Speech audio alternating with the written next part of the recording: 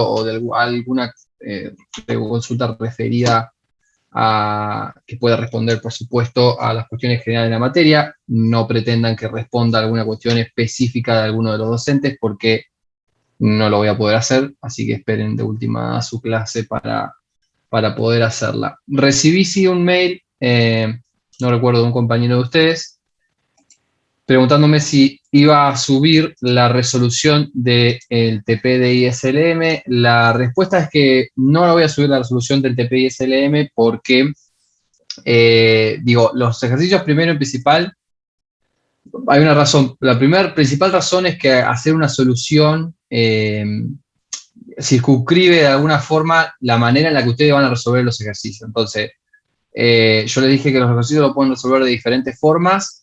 Y no es mi intención circunscribir. Si hay algún caso en algún ejercicio donde ustedes quieran chequear el resultado, por supuesto lo podemos hacer por mail sin ningún problema.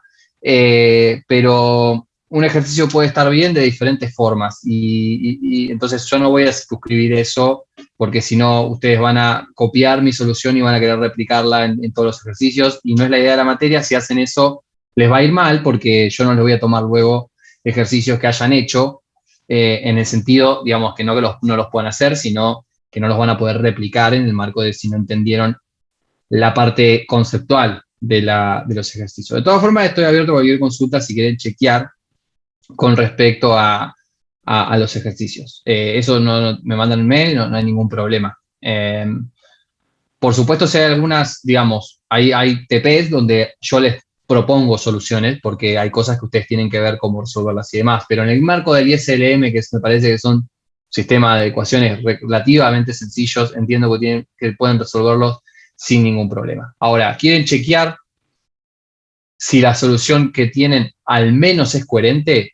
Lo chequean mediante las estadísticas comparadas. Si las estadísticas comparadas de sus soluciones son coherentes con la parte conceptual que ustedes vieron en la materia, la solución de alguna forma está bien. Digo, si ustedes agarran el ISLM, lo resuelven, y quieren hacer un show de gasto público, y el show de gasto público les da que baja el producto, algo mal están haciendo. Conceptualmente algo mal están haciendo. Entonces, tienen la manera, me parece, conceptual de poder chequear las soluciones. Después la forma final puede cambiar, porque pueden o simplificar antes o simplificar después, o no simplificar. Digo, por eso les digo, si circunscribe la solución algebraica, por lo general, lo numérico es sencillo, digo, pero son los menos los ejercicios numéricos. En el marco del ESLM, porque es sencillo, pero por lo general vamos a manejarlo siempre con álgebra. Entonces, las soluciones son medio, no infinitas, pero son un montón. Entonces, la forma de chequearlo de la mejor manera es revisando que las estadísticas comparadas sean coherentes con lo que dieron en la clase de teoría y con lo conceptual. Repito, si tienen alguna duda con alguna forma final, con algún paso y demás, no tengo ningún problema, lo vemos. Pero no voy luego a subir una solución. Digo, lo vemos individualmente, no hay ningún problema, y si hay algo que resolver en general, que puede ser que me haya confundido en algún ejercicio o cosas por el estilo, lo resuelvo para todos, armo una notita de clase resolviendo esa cuestión. ¿Sí? Bueno, eso con respecto a esa consulta. No sé si hay alguna otra consulta respecto al tema anterior. De mi parte, ¿no? Lo que pueda responder. Sí. Es casi una duda conceptual, creo que recontra resuelta, pero solo para chequear. En el punto 2 dice, bueno, a partir del siguiente modelo ISLM, simplificando, tenés los valores, y en el punto A dice encontrar la expresión semi-reducida de la curva IS. Obviamente omitimos exportaciones netas, no tenemos ningún valor, digamos. Yo arranqué desarrollando a partir de la demanda agregada, que sería consumo más inversión más gasto más en X. Espérame un segundo que lo chequeo para no decirte una pavada, pero me parece que está bien lo que estás haciendo. Déjame que lo chequeo nada más. Ejercicio 2 me dijiste, ¿no? Sí. Tanto partiendo por las notas como la dispositiva que nos presentaste, digamos, obviamente está bien que estén las exportaciones netas como parte de la demanda agregada. Sí, claro, pero en este caso no está. Claro, nos queda la variable. Lo que pasa es que no tenés que utilizarla si no está acá, digamos. Perfecto. Digo, no, si no está, digamos, es cerrado, si no está no pasa nada, porque estás considerando un modelo cerrado. En el Perfecto. modelo abierto, como lo habrán visto ya con Emilio, es una variable que se endogeniza y tiene su propia ecuación y su propia expresión. Pero en este caso, omitirla. Perfecto. Perfecto. En el caso del modelo general lo vimos como una variable que era exógena, entonces que esté o no esté, no está cumpliendo un rol específico, digamos. Y Igual. hacer un shock en esa variable sería erróneo porque estamos pensando en el modelo de economía cerrada. Errado. No, no.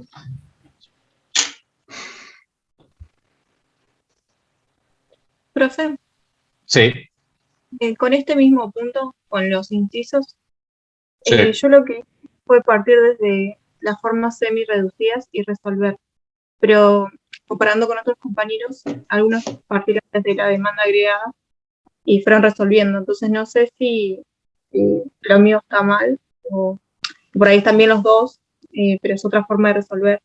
No sé cuál es la forma correcta, porque para los resultados llegamos a lo mismo, porque en cierta forma vamos a llegar a lo mismo. De vuelta, Luz, ¿cómo andás? O sea, lo que vos me acabas de preguntar es un poco lo que yo les quise explicar en relación a la consulta de si voy a subir algún ejercicio resuelto o no. Sí, lo que hiciste vos está bien, lo que hicieron tus compañeros también está bien. O sea, el resultado final es el mismo. Uno si se siente lo suficientemente cómodo para poder simplificar pasos y arrancar de las formas semi-reducidas porque entiende la lógica del modelo, está perfecto. Si vos querés arrancar de la demanda agregada y haciendo el paso a paso, también es lo mismo, pero no hay ningún error conceptual en el medio. Digamos, digamos, es herramental. Digamos, tratemos de diferenciar lo que es matemática de lo que es macro. Digamos, la matemática para nosotros va a ser una herramienta, ustedes la pueden usar como quieran, si ya la manejan, si la manejan bien, pueden, por supuesto, pasar pasos y eso les va a permitir usar mayor tiempo para la discusión teórica. Si les cuesta un poco más, si tienen que hacer la resolución paso a paso, por supuesto, lo pueden hacer. Ahora, no va a determinar que el ejercicio esté bien o mal. Digo, eh, me decís que llegaron al mismo resultado, que sí, o sea, y puede haber otro compañero que lo haya hecho con matrices y también le hayan llegado al mismo resultado. Digo, la herramienta no va a determinar el resultado final. El resultado final tiene que ser consistente y coherente con el resultado teórico. Digamos, y después a partir de ustedes, a partir del resultado formal, ustedes pueden sacar conclusiones respecto al resultado teórico. Esa es la idea de macroeconomía, digamos. No se va a evaluar que hayan hecho bien una derivada, porque, digamos, van a tener que hacer bien la derivada para resolver una duda conceptual, no para hacer una derivada en sí, porque eso ya lo hicieron en todas las matemáticas que tuvieron. ¿Se entiende? Entonces, lo importante es lo conceptual, digamos, y si, de vuelta, cualquier método de solución es válido en el marco de que, por supuesto, se adapte a lo que vimos y a lo que necesiten. Es una herramienta que yo les doy o que les damos nosotros para que ustedes puedan encarar y resolver los modelos. Está bien, perfecto, profe, gracias.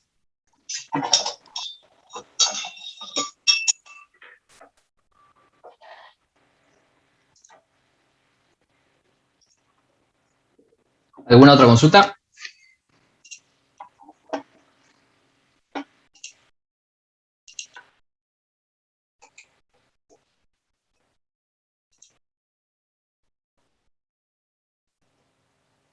Bien, vamos a arrancar entonces.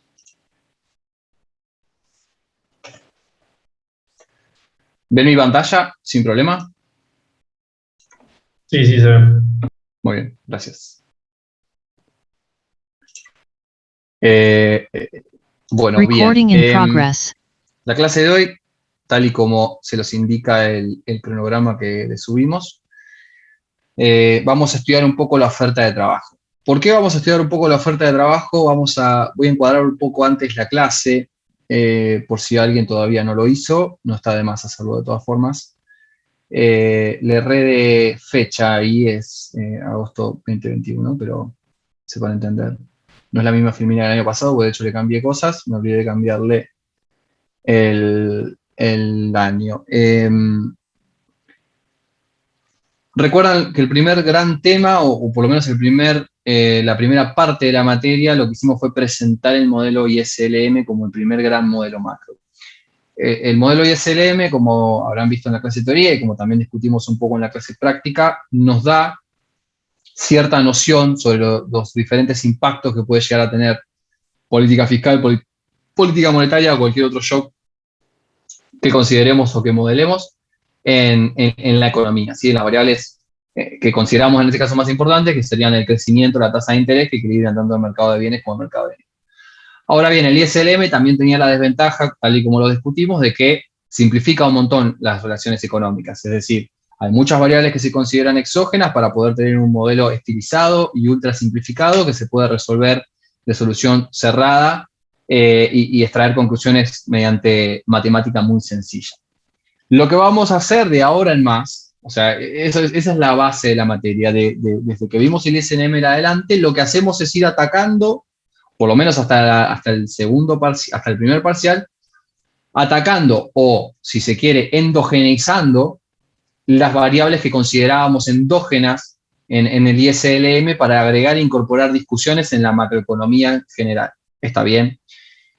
Ya habrán visto la clase pasada con Rami, vieron la parte de demanda de dinero y oferta de dinero, ¿sí? Cómo se puede llegar a complejizar la parte de la LM, digamos, al punto, por supuesto, que ustedes pueden abordar. Sin dudas hay un montón otras de complejidades que se le pueden incorporar para intentar captar o modelizar la realidad de la manera más precisa posible.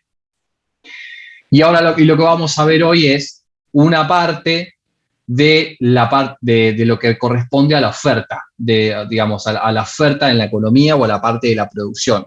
Que recuerden, el modelo ISLM es un modelo completamente demand-driven, donde la oferta se acomoda, por supuesto, a la demanda agregada. Si en este caso lo que vamos a ver es decir, bueno, puede ser que el producto de alguna forma tenga su propia modelización detrás, y nos vamos a enfocar, por supuesto, en una parte que es bastante controversial y que es bastante interesante para estudiar en Argentina, que es la parte del input trabajo, si el input L de una función de producción, por ejemplo. Si el input capital, este año no lo vamos a abordar con tanta profundidad como hicimos el año pasado. La clase de alguna manera se dividía en la parte de productividad y en la parte de oferta de trabajo, pero la parte de productividad por ahí son textos que tenemos que renovar y ver cómo se puede mejorar esa clase para poder acercarnos un poco más a la realidad, valga la redundancia. Así que lo que vamos a hacer es ver un poco de oferta de trabajo. Sí, oferta de trabajo, todo lo que tiene que ver con el mercado de trabajo, sus fricciones y cómo se comporta, por ejemplo, ante shock de demanda. Por supuesto, bajo un enfoque que es el enfoque moderno de la oferta de trabajo. No quiere decir que haya otros enfoques, no quiere decir que haya otro paradigma de análisis del tema. Hay muchos y hay muy interesantes. Nosotros nos enfocamos en el enfoque que de alguna manera es de frontera en la macro para darle a ustedes las herramientas que nos van a servir sobre todo para abordar los temas que vienen. ¿Sí? Esta parte es un input casi fundamental de la clase del modelo de 3 ecuaciones, que es el último gran modelo que vemos antes del primer parcial, sería como el core del primer parcial. Esta es una clase de input clave para esa clase porque es la parte de cómo se modela una partecita de ese modelo, ¿sí? Sobre todo la parte de la oferta, de cómo es la restricción de oferta. ¿Está bien? ¿Cuál es la bibliografía? La bibliografía obligatoria es el texto, son los textos. Vamos a hacer un cambio, no lo modifiqué en la filmina. Obligatoria, la única bibliografía obligatoria son los capítulos 2 y 15 de Karl Nisoskis, ¿sí? Del libro Macroeconomics. Esta bibliografía no la vamos a ver en clase, vamos a simplemente ver la parte moderna, así que esta va a quedar de optativa. Que sea optativa no quiere decir que sea menos importante, de hecho es digamos, los primeros textos abordan la teoría moderna o la más moderna de lo que tiene que ver con el mercado de trabajo desde un punto de vista macro, no desde un punto de vista micro, sino desde un punto de vista macro, y el capítulo de Demian de este libro son las teorías de empleo y desempleo post-keynesianas, que son muy interesantes, pero que no le vamos a dar tanto foco en esta clase. Son muy interesantes para aquellos que les interese ampliar la lectura de la discusión del mercado de trabajo. Les recomiendo leerlo, aparte está en español.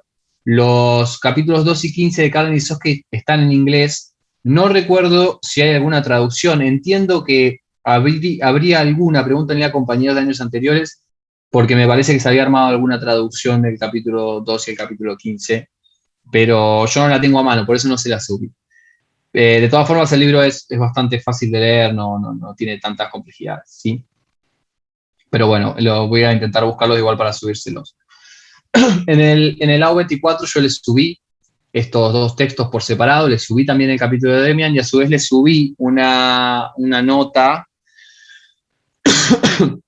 perdón, les subí una nota del blog de Krugman, de Paul Krugman, un premio Nobel. Es un economista que a mí me gusta mucho seguirlo, y lo sigo porque siempre está todas las semanas haciendo alguna notita en el New York Times sobre temas de macro y sobre lecturas sobre la macro y demás, que es interesante. Y justo esta semana, creo que fue el lunes o el martes, salió una nota sobre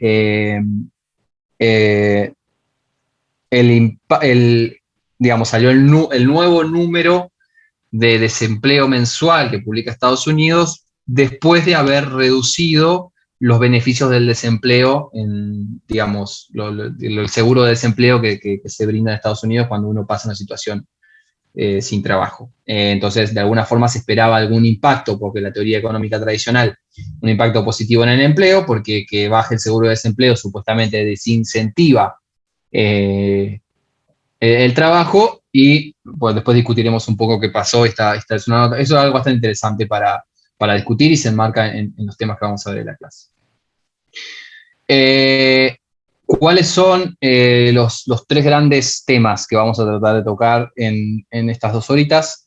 El primero voy a plantear en términos generales y vamos a pasar por arriba un poquito el modelo. Entiendo que después lo van a ver un poco. El modelo es bastante sencillo, el de oferta de trabajo, realmente no tiene grandes complejidades, pero por ahí hay algún ejercicio que se toma en parciales, así que entiendo que con Juan y lo verán. El enfoque modelo de la oferta de trabajo, especialmente el enfoque de efficiency wages, que es lo macro mainstream de este momento. En segundo lugar, vamos a ver un poco cómo relacionar, digamos, vamos a ponerle macro a todas las discusiones que vamos a tener en la primera parte. Vamos a hablar un poco.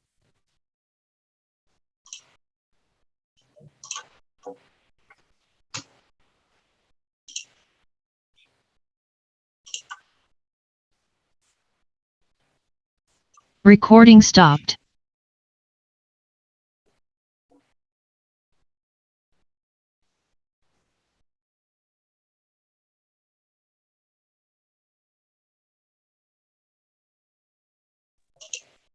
Hola, hola.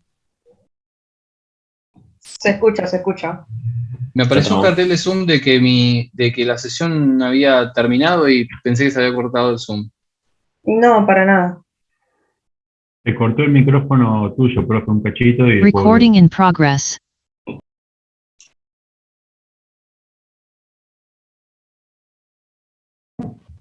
Profe, estás muteado.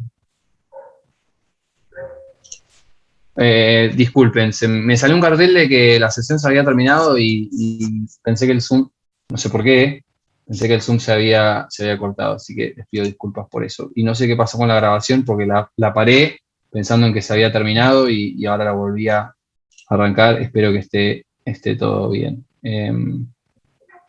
Ok. Les estaba diciendo, me perdí. Les estaba diciendo, en el punto 2 lo que vamos a ver es cómo discutir la MAC o los temas macros que aborda el modelo en el marco de cómo piensa la oferta o cómo se modela la oferta de trabajo en el modelo de salarios de eficiencia. Y por último vamos a ver algo un poquito más moderno del modelo de salarios de eficiencia, pero que no está embebido en los grandes modelos macro como el Field Equation Model, que son los modelos de matching, y vamos a ver cómo meter el modelo de matching en el modelo de efficiency wages, perdón. Eso lo vamos a ver al final de la clase. Eso es quizás un enfoque un poquito más moderno, bien de economía laboral, bien micro, pero que de alguna forma se retoma en la macro para poder meter dentro del modelo de salarios de eficiencia y hacerlo un poquito más rico, digamos, desde las conclusiones que se puede sacar. Y también les preparé algunos datos de economía argentina para que discutamos un poco acerca de los principales resultados que tienen estos temas en el marco de los datos, ¿sí? Como para discutir las falencias y cosas que de alguna forma hay que incorporar en el caso latinoamericano para poder captar la realidad un poco diferente que vivimos, ¿sí? Bien, empecemos con la parte del enfoque moderno. Como sabrán y ya habrán visto en micro, digamos, hay toda una teoría neoclásica microfundamentada sobre el mercado de trabajo, donde básicamente la idea es que, como en todo análisis neoclásico, el precio es la variable endógena que ajusta los desequilibrios entre la oferta y la demanda, entonces siempre de alguna forma va a existir un salario que encuentre la demanda de trabajo por parte de la empresa con la oferta de trabajo que quieren, que ofrecen, para la redundancia, los trabajadores, y de alguna forma no exista desempleo, ¿sí? O el desempleo que está en ese marco es de características voluntario, como se solía decir, es decir, el desempleo es porque el trabajador no quiere, porque a ese salario están dadas las condiciones, ¿sí? De alguna forma, toda la parte de la teoría neoclásica, o por lo menos la microfundamentación del mercado de trabajo más tradicional, se fue más tradicional digamos, en la parte neoclásica de la biblioteca, se fue dejando un poco de lado porque de alguna forma el desempleo comienza, y lo fue desde siempre, a ser una realidad en el mundo y en todos los países, ¿sí? Fíjense que además existe una heterogeneidad muy importante en relación a las tasas de desempleo que tienen los países. Ahí tienen Alemania, España, la Unión Europea, los 28 países de la Unión Europea, el G7, Grecia, los países de la OECD, Suecia y Estados Unidos como grandes países desarrollados o países que tienen bajas tasas de desempleo. Fíjense que difieren en gran medida, tienen diferentes tasas de aceleración y por supuesto están afectadas por diferentes shocks, ¿sí? Fíjense en el caso de la crisis del 2008, como el caso de España y Grecia, que son países tremendamente afectados por la crisis. La tasa de desempleo sube muchísimo y hay algunos países que también la tasa de desempleo sube, pero que no de tal forma, ¿sí? Entonces hay una heterogeneidad que de alguna forma hay que explicar. Por otro lado, también esto es, a mí me gusta ver siempre los impactos en la distribución de ingresos o cómo incorporamos la distribución siempre a las discusiones macro que tenemos en la materia, y de alguna forma lo que predice el modelo neoclásico es que debería haber una relación entre desempleo y salario. Digamos, cuando baja el salario, de alguna forma el desempleo tendería a caer porque se machearía de alguna forma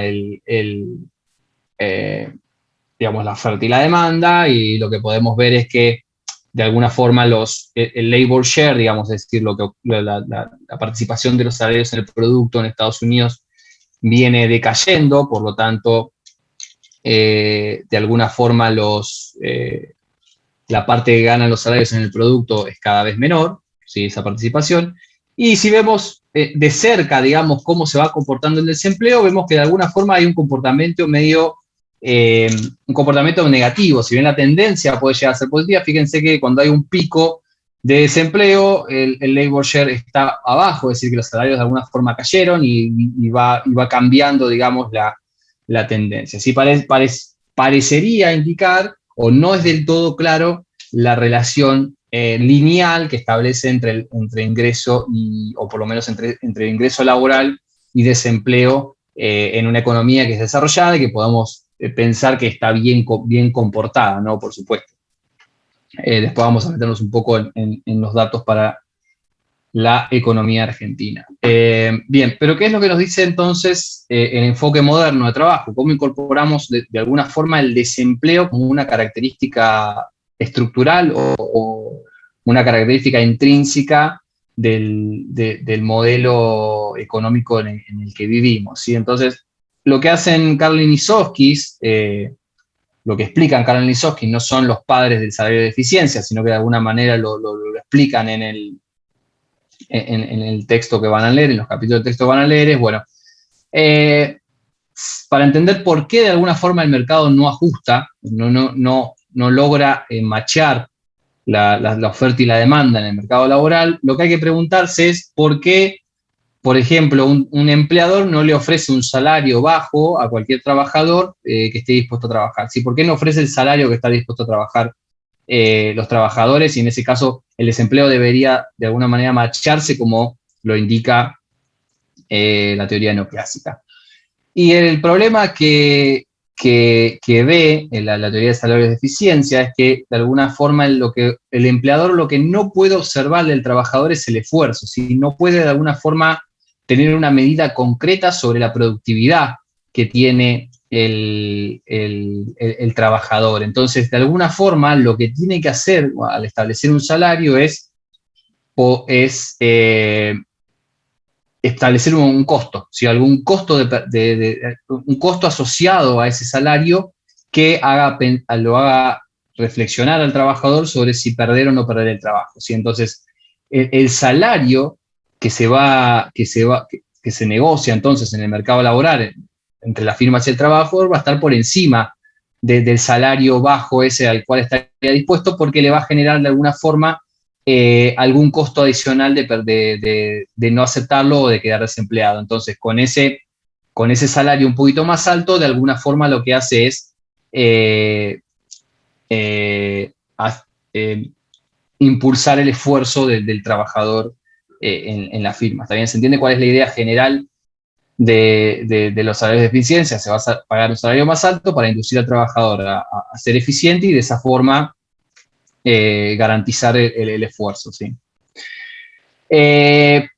¿Cuál es la idea? ¿Cómo lo vamos a ver a esto? ¿Cómo lo podemos ver gráficamente? ¿Sí? El salario de eficiencia entonces lo va a determinar lo que vamos a llamar la wage curve, ¿sí? La curva que va a determinar los salarios, la curva que va a determinar la oferta de salarios, ¿sí? Entonces, las relaciones entre el nivel de empleo y el salario real, si es una relación positiva, porque fíjense que tiene pendiente positiva, lo que indica es que a medida que el salario va aumentando, el trabajador, por supuesto, está dispuesto a ofrecer los trabajadores están dispuestos a ofrecer cada vez más trabajo, ¿sí? Entonces el nivel de empleo tiene que aumentar. Y por el otro lado tengo la oferta de trabajo, que tiene esa forma de L invertida. Si esta L que tengo acá invertida es la oferta de trabajo. ¿Cómo interpreto esa L invertida? Bueno, la parte horizontal, si la parte plana, que es paralela al eje del nivel de empleo, la distancia, digamos, entre estas dos líneas representa el seguro de desempleo. Si yo no, de alguna forma, si yo no ofrezco mi fuerza laboral, lo que voy a ganar de ingreso o mi salario real va a ser el seguro de desempleo que yo voy a ganar. Ahora, a partir del seguro de desempleo, que yo tengo que entrar digamos, al mercado laboral, la oferta de alguna forma, para simplificar en este caso, la voy a considerar que está fija. O sea, la oferta sería, es decir, la cantidad total de trabajadores trabajando a cualquiera de los salarios. Porque es una simplificación que sea de esta forma. Tranquilamente podría también tener pendiente positiva. Pero es una simplificación que es válida de hacer en el marco de que se considera que el efecto sustitución y el efecto ingreso que tiene un aumento de salario se cancela. ¿Cuál sería el efecto sustitución y el efecto ingreso? El efecto sustitución es cuando aumenta el salario, esto parte de la microfundamentación, en la utilidad del trabajador, de alguna manera se hace más beneficioso, de alguna forma, ofrecer más trabajo que quedarse teniendo ocio, digamos, ¿sí? Entonces ahí uno va a querer sustituir trabajo por ocio en ese marco. Entonces tengo un efecto sustitución positivo. Pero tengo un efecto sustitución negativo. ¿Por qué? Porque si sube el salario y yo estoy trabajando y yo me sube el salario y yo mantengo la misma oferta de trabajo, me suben mis ingresos y tengo incentivos a trabajar menos. Entonces, esa ganancia de querer trabajar más porque sube el salario y esa pérdida o efecto ingreso negativo porque tengo un shock en mis ingresos, voy a pensar que de alguna forma se cancelan y por eso pienso que tiene esa forma simplificada de la invertida. Eso un poco para que entiendan por qué esa forma no es azarosa, sino porque tiene esos supuestos detrás. Sin duda puede ser diferente y sin duda uno puede modificarla y modelarla de otra manera. Si yo estoy explicándoles cómo se modela en el marco del capítulo y en el marco de una modelización muy sencilla de los salarios de eficiencia. Entonces, lo que nos dice la interacción entre estas dos curvas, todavía no, digamos, no voy a pedir que ninguna de estas se intersequen, es decir, porque la manera en que, como ven en el gráfico, todos los trabajadores estén ocupados es que la wage curve se encuentre con la oferta de trabajo y eso ocurre a un salario real que es muy, muy alto, muy elevado. Si lo que va a ocurrir por lo general es que el salario se va a ubicar entre esos puntos o en un punto razonable, donde la distancia horizontal entre la wage curve y la oferta de trabajo me va a determinar el desempleo que en este caso se considera involuntario, ¿sí? Es decir, el salario que se determina en el mercado es un salario al cual los trabajadores no están dispuestos a trabajar, una gran parte, pero otras sí, por supuesto, y entonces el desempleo va disminuyendo a medida que el salario va aumentando, ¿sí? Y la distancia vertical entre la wage curve y la oferta de trabajo, es decir, esta distancia de alguna forma se relaciona inversamente con, digamos, que representa de alguna forma el costo per trabajo, se relaciona inversamente con el salario real. Es decir, cuando tengo el salario real alto, el costo de oportunidad de perder el trabajo es bajo. ¿Por qué es bajo? Porque como estoy suponiendo que el nivel del empleo es alto, las chances de conseguir más trabajo son más altas que en el caso del punto A, donde tengo un alto desempleo y sin duda el costo de oportunidad de perderlo, de conseguir otro trabajo, yo lo pierdo, es alto, ¿sí? Entonces esa es la idea de la distancia vertical entre la wage curve y la oferta de trabajo, ¿sí? Bien, eso de alguna forma entonces me modela la parte de la wage curve y la interacción con la oferta laboral fija que estoy considerando en ese momento, muestra de alguna forma cómo se dispone la oferta laboral en este modelo. Pero por otro lado tengo la demanda laboral, si tengo que modelar la demanda laboral. A diferencia de lo que es el caso tradicional, donde yo voy a suponer que las firmas son de competencia perfecta, entonces no, de alguna forma el precio va a ser endógeno, lo que voy a considerar en este caso es que las firmas de alguna forma tienen algún poder de mercado, entonces la regla de precio que imponen las empresas va a ser otra. No va a ser la regla de precios de precio igual a costo marginal de la firma de competencia perfecta. En el caso base y sencillo, por supuesto puede ser muchísimo más complejo. Si alguno luego sigue estudiando y hace alguna maestría o un posgrado en estos temas, hay muchas formas de modelar cómo las firmas ponen precio. Esta es la más sencilla y que no se aleja tampoco tanto de la realidad, es la idea de que el salario se fija como un markup digamos que los precios se fijan como un markup sobre los costos, es decir, los costos de la firma son 10 y el precio que va a fijar la firma es de 12, entonces el beneficio va a ser de 2 y con los 10 paga el costo. ¿Sí? Esa es la idea básicamente la regla de precio de un almacenero, ¿sí? No es por eso les digo que no es algo que esté alejado tanto de la realidad, sino es más bien una regla de corto plazo de cómo poner el precio que es lógica en el marco de que uno tiene la posibilidad de poner precio, ¿sí? O sea, estoy pensando en el caso estoy abandonando la competencia perfecta, ¿sí? No soy completamente tomador de precios, sino que de alguna forma tengo la posibilidad de poner algún tipo de precio de mi proceso productivo. Entonces, en ese caso voy a encontrar ahora la curva de precios. ¿Y cuál va a ser la curva de precios? Digamos, la curva de precios que me va a determinar la curva de cuánto la firma está dispuesta a pagar, cuánto salario real la firma está dispuesta a pagar. Y como verán, la curva de precios, en el caso simplificado, es esa recta. ¿Por qué? Porque yo estoy pensando que los precios se ponen o el salario que va a pagar, digamos, yo le estoy quitando un markup de los beneficios que produce cada trabajador. ¿Sí? En el caso, digamos, pensemos en el concepto marxista de, por ejemplo, la plusvalía. ¿Sí? Entonces, el beneficio del producto por trabajador, digamos, lo que producen los trabajadores, yo le voy a sacar un poquitito, que va a ser el markup, que va a ser mi beneficio, y luego la curva de precios va a estar determinada por el salario que recibe ese trabajo, digamos, lo que produce el trabajador menos el salario que le voy a efectivamente pagar. Entonces, eso es la idea de la regla de precios en este caso. Es bastante sencilla. Por supuesto, entonces, cuando se encuentra la oferta laboral determinada por la wage curve y el salario que están dispuestos a trabajar a pagar las firmas, dadas las características que tiene el proceso productivo y pensando en que la firma también se guarda un beneficio para continuar el proceso de producción, es donde se va a determinar el empleo y el salario real de equilibrio. ¿Sí? Fíjense que en este caso, en este modelo, yo tengo un equilibrio entre empleo y salario, pero un equilibrio con desempleo. ¿Sí? En este caso, tengo ese desempleo que me da la distancia horizontal entre el punto A, que sería el equilibrio entre o la intersección entre la wage curve y la price curve, y la oferta de trabajo. ¿Sí? Entonces tengo un equilibrio con desempleo, o sea, puedo llegar a tener el mercado de trabajo equilibrado, pero sigue existiendo de alguna forma desempleo en la economía. ¿Sí? Esa es la idea básica. ¿El desempleo en este modelo es involuntario? El desempleo en este caso, a diferencia del modelo neoclásico tradicional, es completamente involuntario, ¿sí? Porque acá porque lo está determinando la interacción entre la wage curve y la price curve, ¿sí? Bien, vamos a ver un poco por arriba el modelito. Lo que tengo entonces es, primero, como siempre, los supuestos. ¿Sí? Los supuestos van a determinar las conclusiones y los resultados que yo voy a tener. Eso hay que siempre tenerlo en cuenta.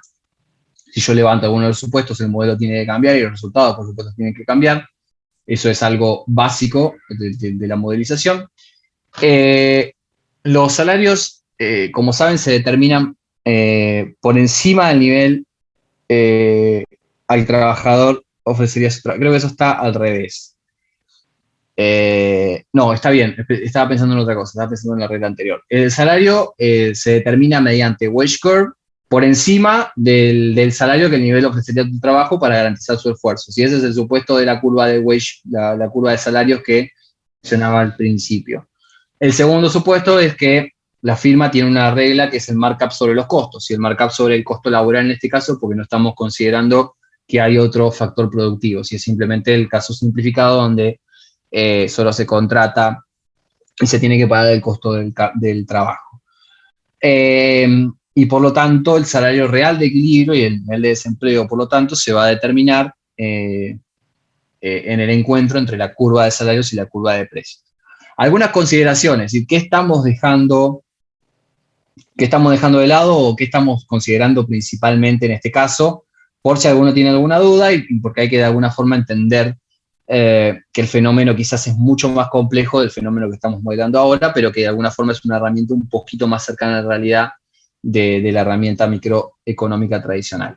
De alguna manera, los salarios de eficiencia, lo que me están modelando es que existe un costo de perder el trabajo. ¿Sí? En este caso va a ser un costo monetario, pero puede haber un montón de otros costos relativos a, por ejemplo, el bienestar, y a otros costos asociados a perder el trabajo que no están modelados acá. Simplemente el costo es acá un costo monetario.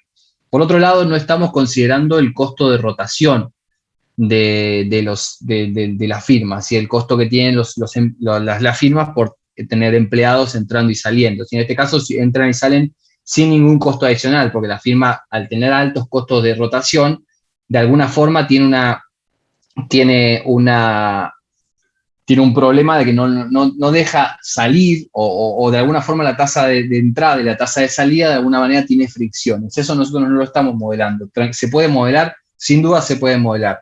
Y sin duda se le puede incorporar al modelo. Por supuesto, como ya saben, hay que endogenizar cosas y se hace cada vez más complejo. Pero para que lo tengan en cuenta a la hora de discutir los resultados. Tampoco estamos considerando los costos adicionales que tiene, por ejemplo, incluir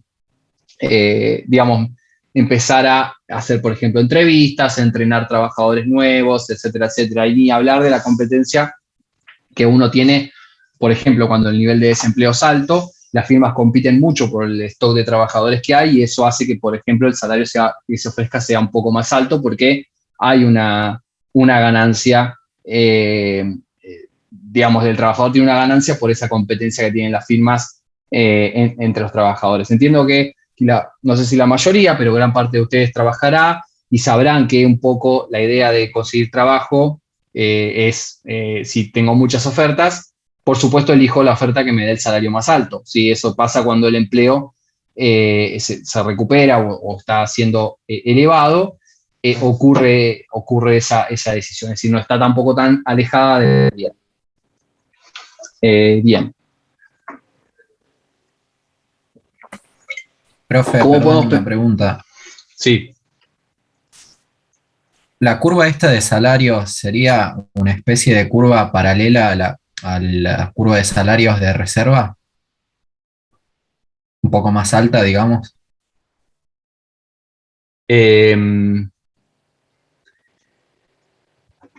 Sí, a ver, si pensás que el salario de reserva se relaciona de forma positiva con el nivel de empleo, sí, o sea, podemos modelarlo así, digo, pero también puedes considerar que, por ejemplo, es la parte plana de la oferta en este caso, que sería como el seguro de desempleo. Es decir, ese es el salario, o por lo menos, si uno pensaría en un salario de reserva en términos marxistas o poskeynesianos, estaría pensando en un salario que está justo por encima del seguro de desempleo, digamos, justo por encima del caso donde uno no trabaja pero recibe algún ingreso para poder sobrevivir. Puede ser que crezca, digamos, pensándolo en términos que sea, como decís, sea paralelo. Puede ser. Yo lo imagino algo como más plano, como un salario de reserva un poco más plano que no reaccione tanto al nivel de empleo. Pero sí, lo podemos considerar paralelo. Bien, gracias.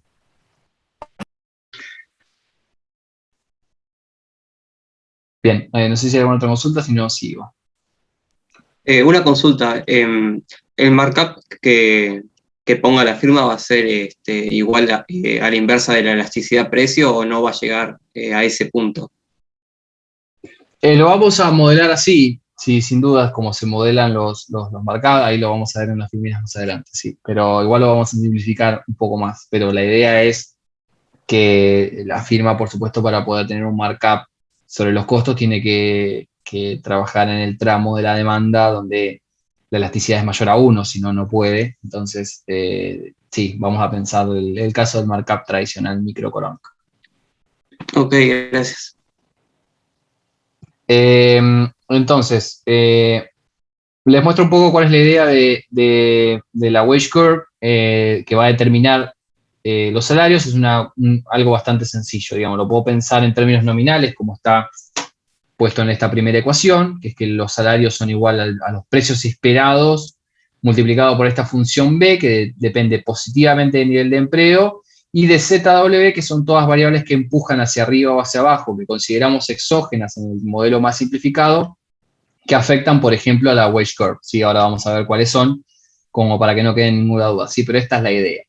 También, dado que el salario nominal está fijo, por lo general lo vamos a considerar fijo en el marco de las restricciones que tienen las economías para mover los salarios o las velocidades de ajuste diferencial que tiene con respecto a los precios, es, digamos, de alguna forma, no está mal modelar la wage curve a partir de lo que sería el salario real, ¿sí? Con los precios esperados.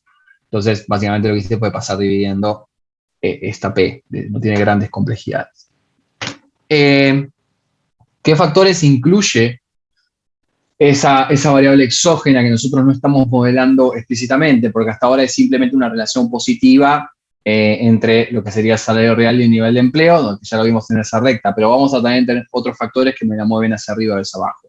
¿Cuáles son? Y son varios. Puede haber factor, digamos, el factor que ustedes quieran incorporar en el marco de que quieran hacer un modelo o en el marco de que se plantee un ejercicio. Son millones los que se pueden incorporar para, si yo les doy una función B, de alguna manera pueden resolver luego el equilibrio como si fuera un equilibrio de dos ecuaciones y dos variables sencillo, donde tienen que encontrar salario y nivel de empleo. ¿Sí? Pueden ser factores institucionales, medidas de política, la presión de los sindicatos, factores estructurales o simplemente shocks, cualquier shock que se modele, ¿sí?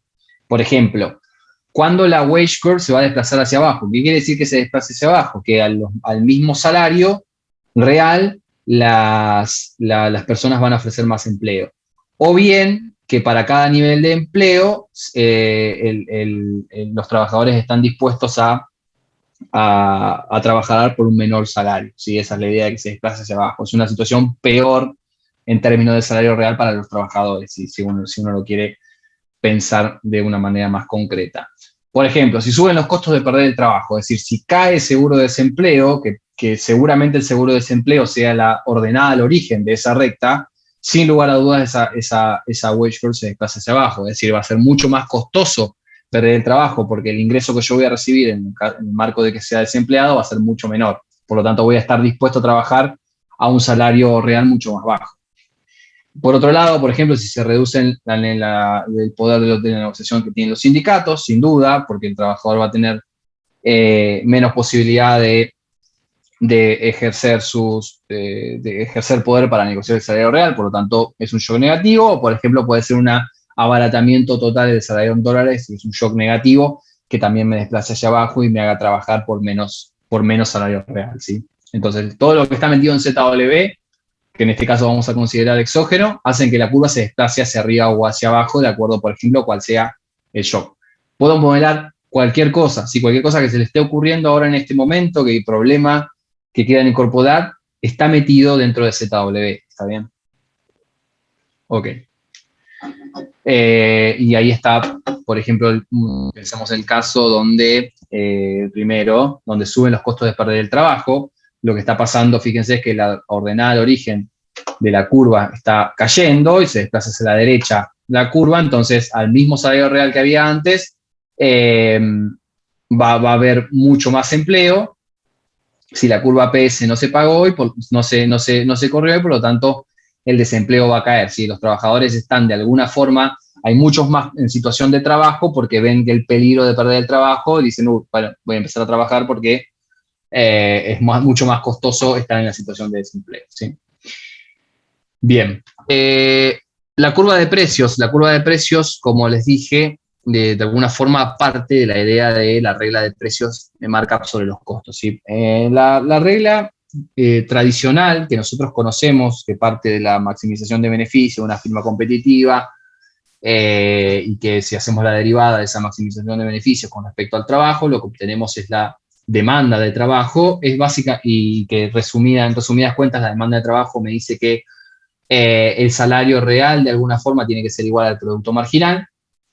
Esa es la regla que ustedes ya vieron en el micro 1, en el micro 2, y es la regla de alguna forma de demanda o de precios neoclásicas, ¿sí? Donde todas las retribuciones a los factores se hacen a partir de la productividad marginal, por lo tanto no hay lugar a beneficios dentro de la distribución del ingreso, ¿sí? La distribución del ingreso es completamente endógena a esa maximización, ¿sí? No se resuelve en la elección óptima de factores, no está metida la distribución del ingreso o modelada de forma explícita, ¿sí? Como es en el caso que vamos a ver ahora de competencia imperfecta, donde de alguna forma las firmas deciden sobre su nivel de beneficios, que puede ser, esto viene más de la parte kalekiana y post-keynesiana, de incorporar esta idea de que la distribución del ingreso importa a la hora de modelar, porque es una noción que es crucial en economía y no podemos, y la herramienta matemática no puede de alguna forma resolver implícitamente el esquema distributivo. ¿Sí? Por eso,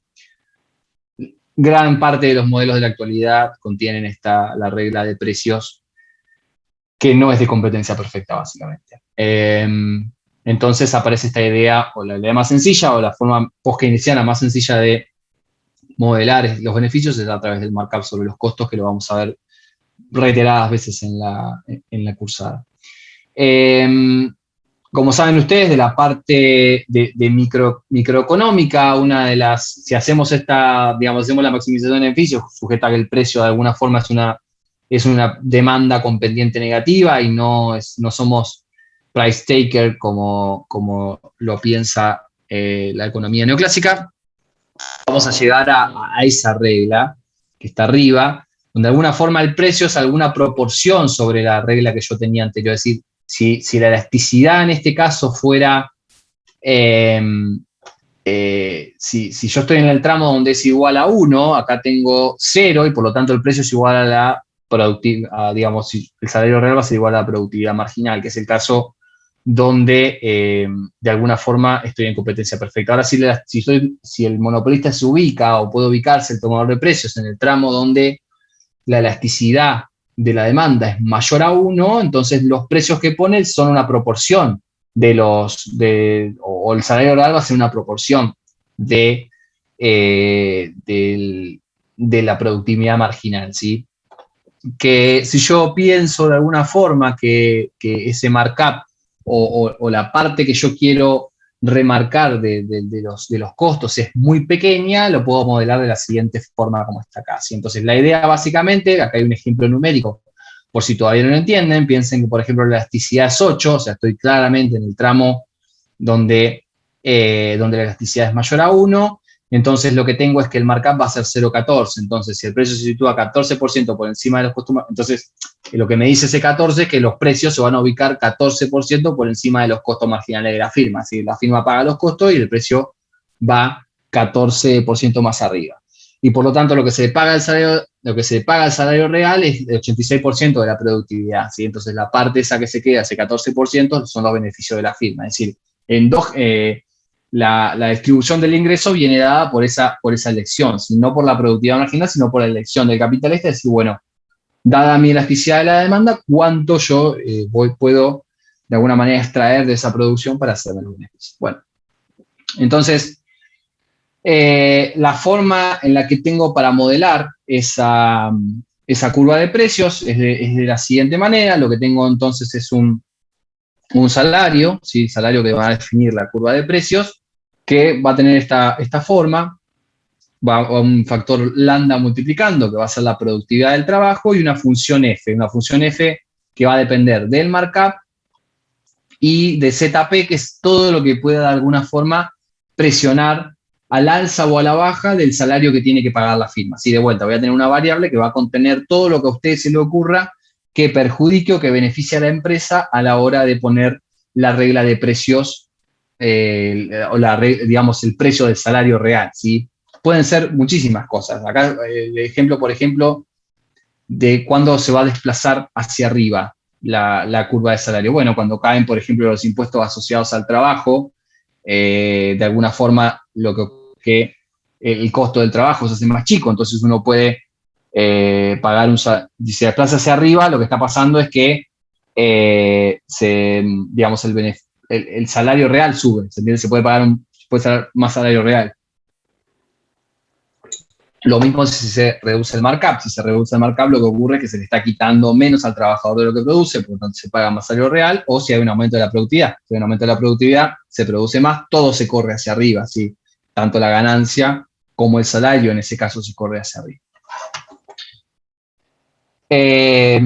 Que es el caso que les decía acá. Por ejemplo, fíjense, pensemos que caen los impuestos asociados al trabajo, o contribuciones patronales, o piensen cualquier impuesto que afecte el costo del trabajo, se desplaza hacia arriba la curva de precios y me voy a encontrar en un salario real más alto y, por supuesto, un nivel de empleo más alto. Tengo una reducción del desempleo de este delta U. ¿Sí? Está bien en el marco del modelo que estamos viendo. Bien, ¿se entendió la parte del modelo de salarios de eficiencia? Sí, tengo el encuentro entonces entre la curva de salarios, que es la curva que me dice a qué salario real están dispuestos a trabajar los trabajadores, y que también está teñido por la idea de que el salario real al que se determina el match entre firma y trabajo es un poco más alto, o va a ser más alto, porque tengo el problema de que la firma no observa el esfuerzo. Y a su vez tengo la regla de precios de la firma que dice, bueno, yo te voy a pagar el salario, pero también necesito cubrir los costos de producción. Entonces la firma cubre los costos y a su vez se queda con el beneficio. Esa va a ser la regla de precios. ¿Está bien? Pero bueno, hasta ahí yo, digamos, si nosotros pensamos en ese marco, la discusión de la oferta laboral o de cuáles son las características del mercado laboral, lo pensamos en, bueno, los trabajadores quieren esto, los empresarios deciden pagar esto. Pero si nosotros queremos meter macro atrás, o si de alguna forma queremos introducir discusiones que tienen que ver con la macro, tenemos que de alguna forma entender cómo se mueven esas variables, por ejemplo, ante ciclos de variación de la demanda, ¿sí? O sea, que sería la otra parte, que sea cómo afecta la demanda. Esta sería la modelación cómo se modela la oferta, cómo afecta la demanda ahora, cualquier shock que haya en la demanda en este nivel de equilibrio. Y para eso tengo que tener en cuenta varias cuestiones. En primer lugar, tengo que tener en cuenta que la velocidad de ajuste entre salarios de precios es completamente distinta. El salario real muchas veces va a ajustar no porque ajuste el salario, sino porque ajustan los precios. Los precios por la firma tienen la posibilidad de ajustar, por lo general, los precios de manera mensual o hasta los puede ajustar semana a semana en un proceso inflacionario que sea elevado. Y los salarios por lo general son determinados por contratos que son semestrales o mismo anuales, ¿sí? Las famosas paritarias. Entonces, de alguna forma, esa es la distribución del ingreso, cómo se determina la velocidad entre salarios y precios, genera una rispidez que de alguna forma hay que tener en cuenta, que es lo que llamamos rigideces nominales, ¿sí? Que pueden ser rigideces nominales asociadas tanto a los salarios, es decir, por ejemplo, las empresas, el caso del libro de texto que dice las empresas, en un caso de profundo desempleo o donde las condiciones macroeconómicas por el lado de la demanda no son las adecuadas, de alguna forma no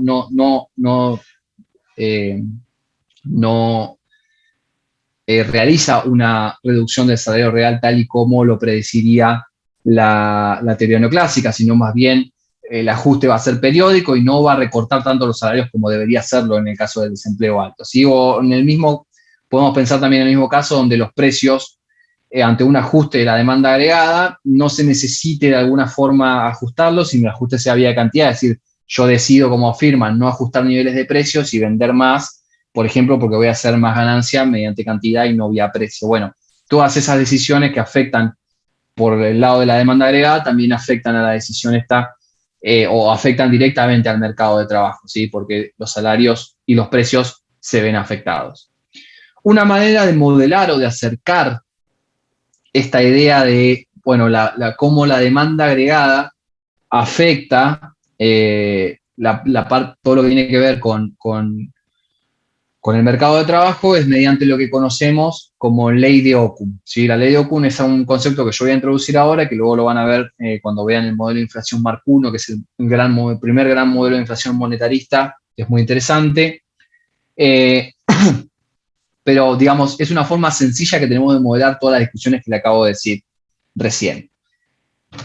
Les repito, es una modelización sencilla. Seguramente no contenga todos los ejemplos que ustedes estén pensando en este modelo, pero sí cualquier impacto de la demanda agregada que se pueda traducir en un aumento de la tasa de crecimiento del producto por encima de su tasa de crecimiento potencial, se ve reflejada en esta modelización tan sencilla. ¿Qué es lo que nos dice la ley de Occam? La ley de Occam lo que nos dice es que hay una relación positiva entre el crecimiento del producto y la reducción del desempleo o el crecimiento del empleo, ¿sí? Pensémoslo en ese caso. Creo que acá hay mal un signo, porque debería caer, acá yo lo cambié y lo cambié mal. De todas formas, acá en el texto esto lo cambié sin pensarlo, pero en el texto de última lo tienen. La idea es que cuando aumenta la tasa de crecimiento del producto por encima de su crecimiento potencial, o cuando aumenta la tasa de crecimiento del producto, lo que ocurre es que el desempleo cae, o mismo el empleo aumenta, ¿está bien? Eso se conoce como ley de Occam. En ley de Occam se bautizó así porque se hizo un trabajo donde se estima esta ley para Estados Unidos durante un periodo de tiempo y el resultado es este coeficiente de que cuando el desempleo cae un punto, el PBI aumenta 3 puntos, ¿sí? Eso, por supuesto, fue cambiando en el tiempo. Digamos, lo que llamamos ley de Occam no es una ley en sí, no es que este resultado luego se traduce siempre igual, sino que depende de un montón de condiciones, pero quedó la idea de la ley de Occam como esta relación entre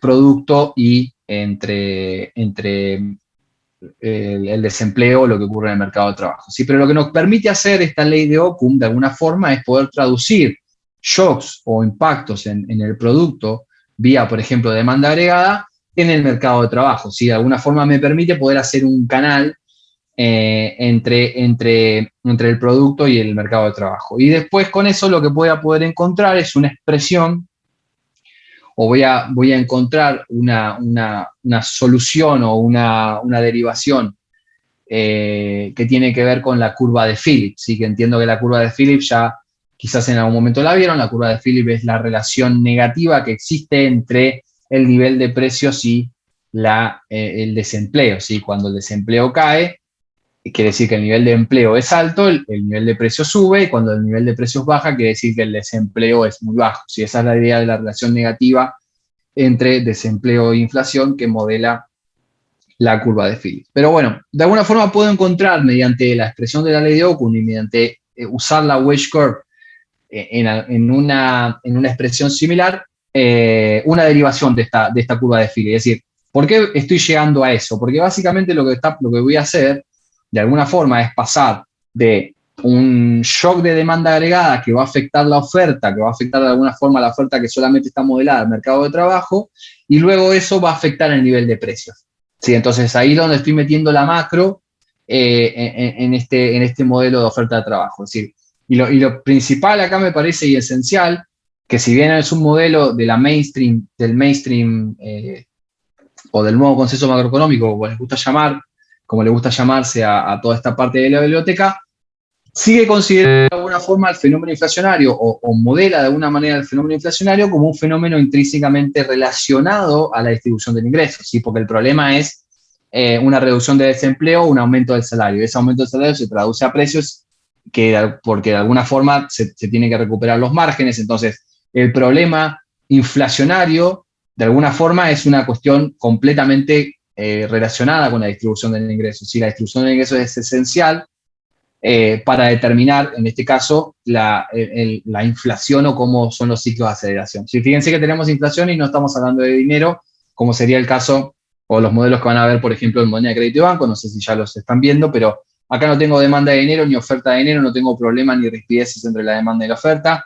Simplemente lo que tengo es una aceleración, un sobrecalentamiento que se traduce en una distribución del ingreso y que esa distribución del ingreso impacta luego en el nivel de precios. Ahora vamos a ver cómo.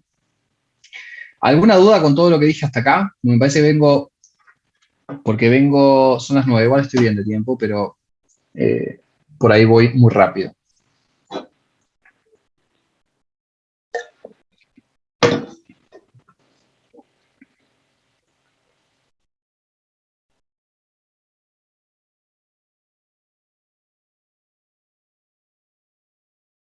Bueno, entiendo que estamos bien. Bien, lo que vamos a hacer entonces es hacer una relación entre la curva de salarios y lo que sería el gap de producto o la brecha de producto. ¿Sí? El gap de producto lo voy a modelar de la siguiente forma. Va a ser la tasa de crecimiento menos mi tasa de crecimiento de equilibrio o potencial. ¿Sí? Sería la tasa de crecimiento de tendencial sería, ¿sí? De la economía. Si yo estoy por encima, quiere decir que mi economía está creciendo más que mi tendencia, y si estoy por debajo estoy creciendo menos. Está bien. ¿Cómo puedo modelar entonces en ese caso, y utilizando la relación que vi de la ley de Occam? Bueno, muy sencillo. Yo sé que, dada la ley de Occam, hay una relación positiva entre el aumento del producto, entre un aumento de la brecha del producto, un crecimiento por encima del nivel de tendencia y el crecimiento del empleo. ¿Sí? Entonces hay una relación positiva entre esas dos variables. Yo lo que puedo hacer es, yo también lo que tengo por la curva de salario es que tengo una relación positiva entre salario real y empleo. Entonces puedo juntar esas dos relaciones positivas y modelar la curva de salarios en relación a la brecha de productos. ¿Sí? ¿Cómo lo modelo? Y lo modelo de esta manera lineal sencilla. Lo que tengo es que el salario real que determina la curva de salarios va a ser igual a una función lineal B más alfa por la brecha más ZW. ¿Sí? Donde B, pensemos que es el salario de reserva, si sería la ordenada de origen, junto con ZW, por supuesto, y alfa por la brecha del producto, en este caso, sería cómo afecta el crecimiento al salario real. ¿Sí? Al tener una relación positiva entre crecimiento y nivel de empleo, también lo que tengo es una relación positiva entre crecimiento y salario real. Si el crecimiento de alguna forma aumenta el salario real bajo esta modelización. Perdón, profe, ¿qué era Z? ZW son todos los factores que mueven hacia arriba o hacia abajo la curva de la wage curve. ¿Sí? Son los que nombré hace un par de filminas atrás. Estoy usando la misma notación que usé hace cuando presenté la wage curve. Solamente estoy reemplazando lo que tiene que ver con empleo con la brecha de producto. Ah, está bien, yo pensé que era una nueva anotación. Está bien. Perfecto. No. Fíjate que acá dice la curva, estoy hablando de la curva wage. Ya, digamos, es lo mismo, nada más que estoy reemplazando empleo por brecha de producto. El salario de equilibrio, el salario real de equilibrio va a ser, por supuesto, va a ser aquel donde la brecha de producto sea igual a cero. Si el salario de equilibrio tendencial de la economía va a ser el salario donde la brecha sea igual a cero. Entonces el salario lo voy a modelar que si la brecha es cero me queda B más ZW, ¿sí?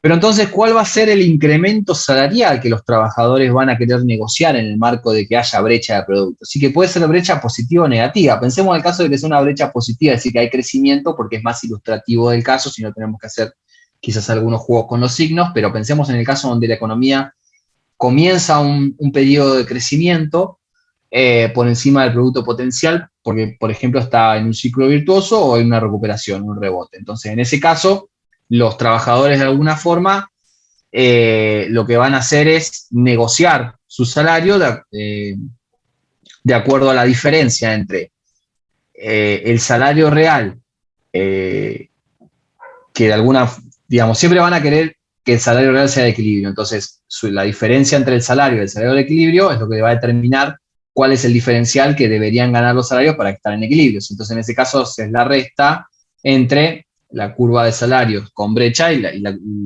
curva de equilibrio, si eso va a dar el aumento. La diferencia, por supuesto, como es tan sencillo el modelo, es la brecha de producto. Si la brecha de producto va a determinar el diferencial salarial que van a ganar los trabajadores. Ahora, si las negociaciones salariales de alguna forma también se hacen en base a los incrementos de precios, porque por supuesto los precios son uno de los factores determinantes a la hora de negociar cuánto debería aumentar mi salario para no perder mi poder adquisitivo, es decir, para mantener el salario real estable, yo lo que puedo hacer es, o lo que hace el modelito de alguna forma es utilizar la siguiente aproximación. ¿Sí? Lo que hace es que la tasa de variación de los salarios menos la tasa de variación de precios, en este caso debería ser igual a cero.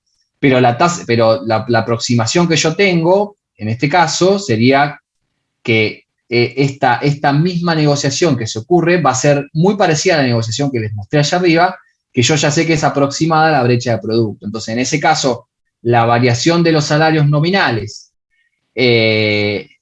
menos la variación de los precios que me determina la variación del salario real va a ser igual a la brecha, o aproximada a la brecha del producto. Si yo paso restando esta variación de precios para el otro lado, lo que me queda es que la variación de los salarios nominales va a ser igual a lo que varían los precios en el periodo anterior más la brecha del producto. Si eso es lo que van a hacer los trabajadores de alguna forma, van a intentar recuperar con aumentos nominales la pérdida de salario real debido al aumento de precios, ¿sí? Si es que hubo inflación. Porque estoy pensando en que hubo aumento de precios en el periodo anterior, en este caso. ¿Sí? Puede ser el caso contrario y es exactamente lo mismo. Nada más que la variación es negativa. Que es difícil de que ocurra, ¿no? Y contraintuitivo si uno se pone a pensar. Pero pensemos siempre en el caso de que vamos para arriba. Profe, básicamente toda esta filmina lo que nos quiere decir es que los trabajadores van a tratar de mantener su salario real. Exactamente. Perfecto. Sí, exactamente. Pero estoy introduciendo una monetización porque voy a llegar a algo con eso. No es que estoy intentando llegar a lo que les dije al principio, ¿sí? Pero estoy haciendo el paso a paso. Perfecto. Profe, si yo sigo en esta cosa, sí. No te entiendo si Y es el producto o la tasa de crecimiento del producto. Es tasa de crecimiento del producto. Ah, bien, gracias. Tasa de crecimiento del producto, sí, porque tengo todos, a ver, pará. Sí, pensemos en tasas. Sí, no es indistinto. Acá tengo tasas, así que son todos tasas. Bien, eso ocurre por el lado de los trabajadores. Ahora, ¿qué ocurre por el lado de la firma? ¿Qué ocurre en el caso de la firma? Yo sé que la firma tiene la siguiente regla de precios. ¿Sí? Los precios de la firma van a ser un markup sobre los costos laborales, ¿sí? O sobre la relación entre los salarios y la productividad marginal. En el caso de la regla que si uno resuelve a mano la maximización con una demanda con pendiente negativa. Si yo busco la tasa de evaluaciones de esto, que es bastante sencillo y es algo que vamos a usar, si no lo entienden,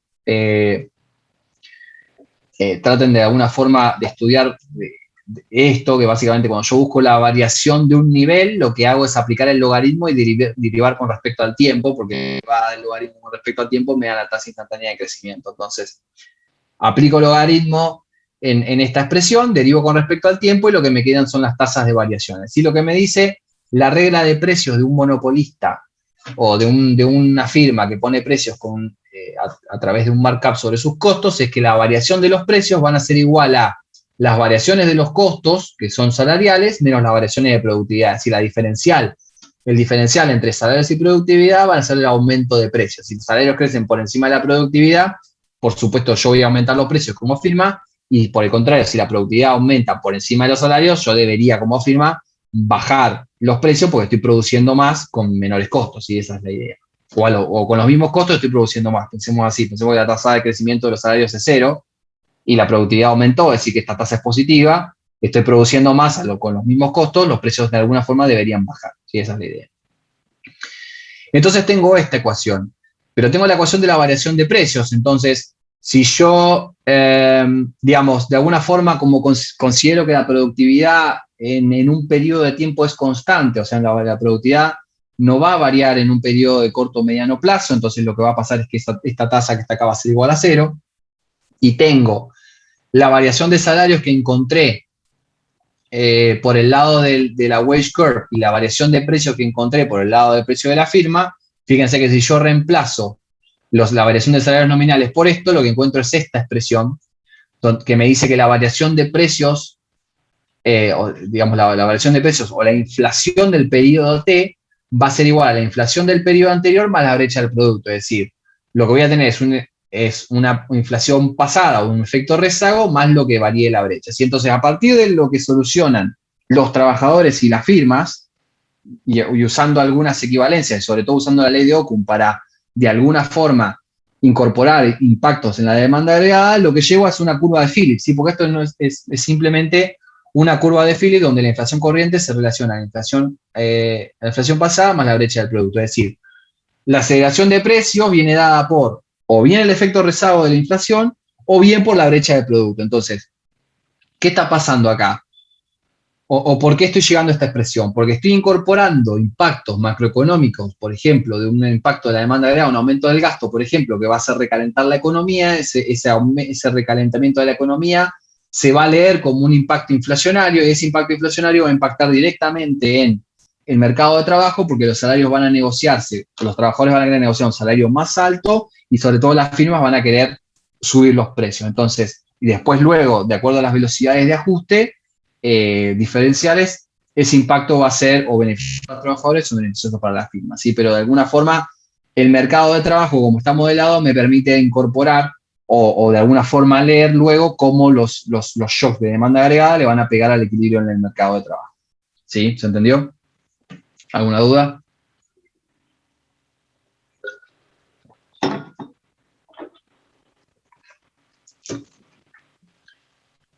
Bien. Lo que les decía recién se ve sencillamente en este gráfico, de que de alguna forma esto lo van a ver bien también con Emilio, porque vamos a utilizar más o menos esa misma notación para el modelo de 3 ecuaciones, que son varias clases. Pensemos en el caso que estamos en el punto A, está la curva de Phillips, donde tenemos este nivel de brecha de producto, o digamos el producto de equilibrio, estamos en equilibrio con el 2% de inflación. Pensemos que ese es el caso, y este nivel de salario, pensemos que ese es el caso de equilibrio. Ahora, pensemos en que hay una política fiscal que provoca un aumento del producto, es decir, me voy a I1, y eso por curva de Phillips me hace ir a un punto donde tengo un 4% de inflación. Los trabajadores que van a hacer de alguna forma a ese nivel de producto ganan un 2% de inflación. Pero ¿qué pasa? La inflación es acumulativa. Yo ya tengo un 2% de la pasada Y si yo sigo teniendo ese mismo ese 2% de inflación, el periodo siguiente voy a tener 2% de inflación. Entonces los salarios se van a negociar a ese 2%, a ese 4% de inflación. Entonces tengo un desplazamiento hacia arriba por expectativas inflacionarias, tal y como lo predice la curva de Philip, que se va a ir para arriba y por lo tanto voy a tener un problema de nominalidad que también se va a traducir en el mercado de trabajo, ¿sí? Esto, de todas formas, digamos, se va a profundizar la parte de curva de Phillips en la parte de inflación monetaria, que entiendo que van a ver no me acuerdo si con Ramiro o con Juani. Ahí van a ver toda la historia de la curva de Phillips y cómo se va modelando en el tiempo, y la van a meter luego en el Mark 1. Y luego nosotros vamos a utilizar todo este bagaje, lo que les acabo de explicar recién, y lo que van a ver en esa clase, para utilizarla en el modelo de 3 ecuaciones. Bien, ¿dudas?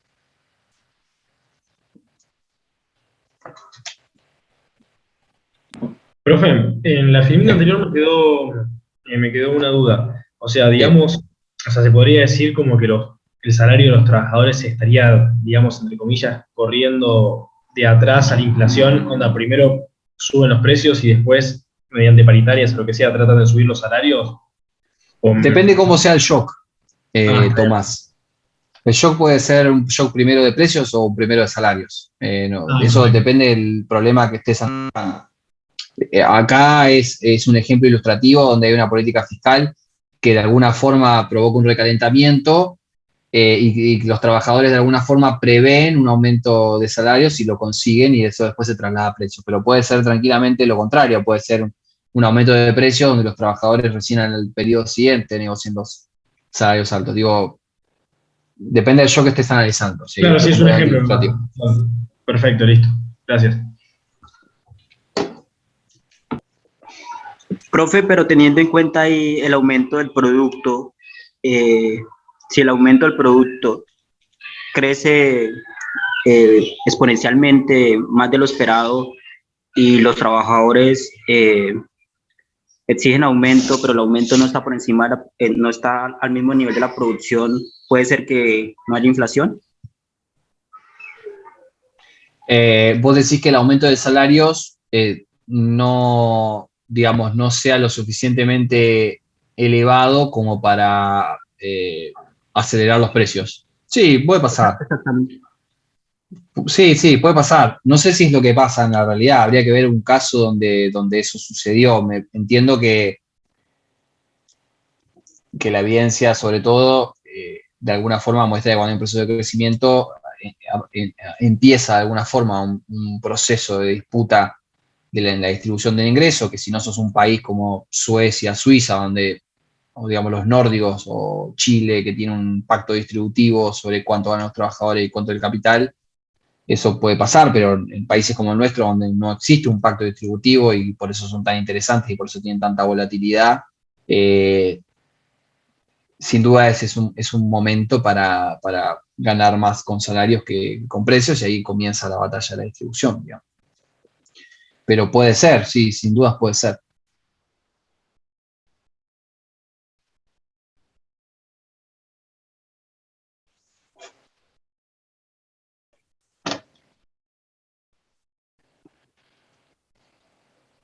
Bien. Veamos entonces como última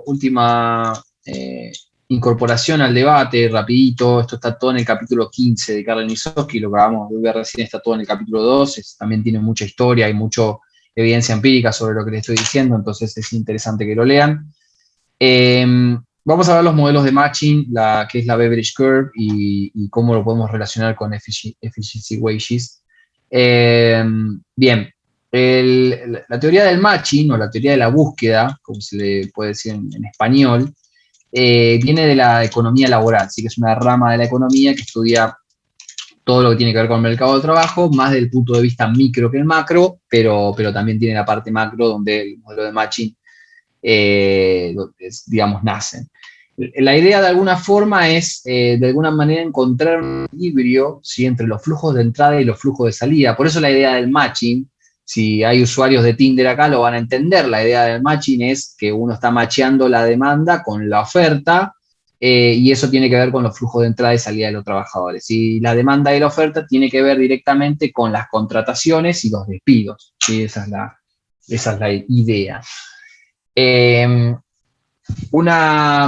Digamos, vamos a hacer una versión muy simple de la función de matching. Hay modelizaciones mucho más complejas que se ven en materias mucho más avanzadas. No de la carrera, si hacen la maestría, por ejemplo, en la Facultad de Economía, que se las recomiendo mucho. Hay una materia de macrodinámica donde se ven todos estos modelos dinámicos, entonces son muy duros matemáticamente, pero se le pueden incorporar más cosas. De todas formas, las conclusiones de este modelo sencillo son las mismas. Entonces está bien utilizarlo. En el plan nuevo está la materia de economía laboral. Está como optativa, pero está. Bien, con Guillermo Cruces, ¿puede ser? Sí, sí. Sí, no sé si Guillermo da los modelos de matching. Guillermo, de hecho, elabora mucho la parte micro de economía laboral, pero digo, en la parte macrodinámica están los modelos. Pero nada, sí, quizás Guillermo Cruces los está dando y está bien. Por ahí lo vuelven a ver, entonces sí, es bueno saber. Entonces asumamos una función simple de matching, modelando primero la parte, las contrataciones, los hirings, y por eso tiene la H, tan sencillo como alfa por una función M que depende de U y de B, que U son el número de desempleados y B el número de vacantes, ¿sí? Entonces, la función de contrataciones H depende de un parámetro alfa, que es digamos, la eficiencia del match, ¿sí? La sensibilidad del match ante la cantidad de el número, digamos, de desempleados y de vacantes, ¿sí? Entonces, ¿cómo se van a matchear U con B, los empleados con vacantes? Va a depender de ese parámetro de match que va a ser alfa, ¿sí? Esa va a ser la sensibilidad del match. ¿Cuál es la idea de esta función? Bueno, si yo lo mantengo constante, si alfa es un parámetro, digamos, que mantengo constante la eficiencia y el número de vacantes, para pensar la forma y la idea de la función H de contratación. Si yo tengo la eficiencia constante y las vacantes constantes, entonces un nivel alto de desempleo está asociado a más oportunidad de conseguir empleo. ¿Por qué? Porque las vacantes no cambiaron, entonces si hay mucho desempleo y el match no cambió, tengo grandes oportunidades de conseguirlo, digamos. Si mantengo el desempleo constante y el match, entonces más vacantes van a estar asociadas a más emparejamiento de trabajo. Si yo mantengo el mismo número de desempleados, si aumenta las vacantes y la eficiencia también está constante, sin dudas va a haber más matching, ¿sí? Entonces hay como una relación que vamos a ver en el gráfico que va a terminar siendo negativa. Sí. Básicamente, las vacantes serían, digamos, puestos de trabajo disponibles. Puestos de trabajo. Ah, perfecto, listo, sí, directo. Joya, gracias. Puesto de trabajo. Vacantes es muy en inglés, quizás, digámosle puestos de trabajo. Oportunidades laborales. Bien. Eso sería la modelización de la parte de la entrada, ¿sí? Pero la salida también tenemos que modelizar el flujo de salida y vamos a modelizarlo muy sencillamente. La salida se va a... Sí. No hay una contradicción entre este modelo y el anterior. En el anterior vos decías de que un alto valor del salario, no me acuerdo bien, pero debería repasarlo porque lo tengo acá en la pantalla del cielo que vos mostraste recién. Pero, ¿cómo era? Ay, no me acuerdo.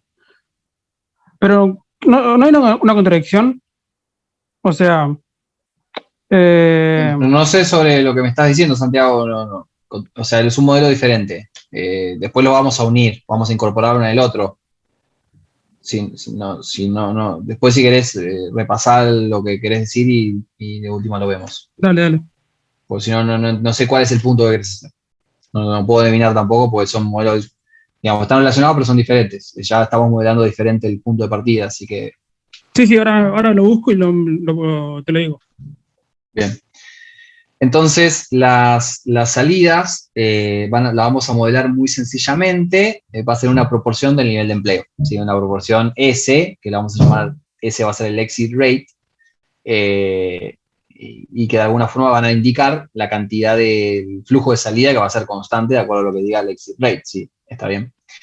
Entonces, ¿cuándo va a estar en equilibrio? ¿Cuándo voy a estar en equilibrio? Bueno, cuando igualo el flujo de entrada con el flujo de salida, es decir, cuando igualo S con H, y si lo divido por N, si divido ambos términos por N, lo que me queda es que la exit rate tiene que ser igual al match por la función M y por voy a tener U sobre N y B sobre N, ¿sí? Que van a ser la tasa de desempleo, o digamos los desempleados sobre el número total de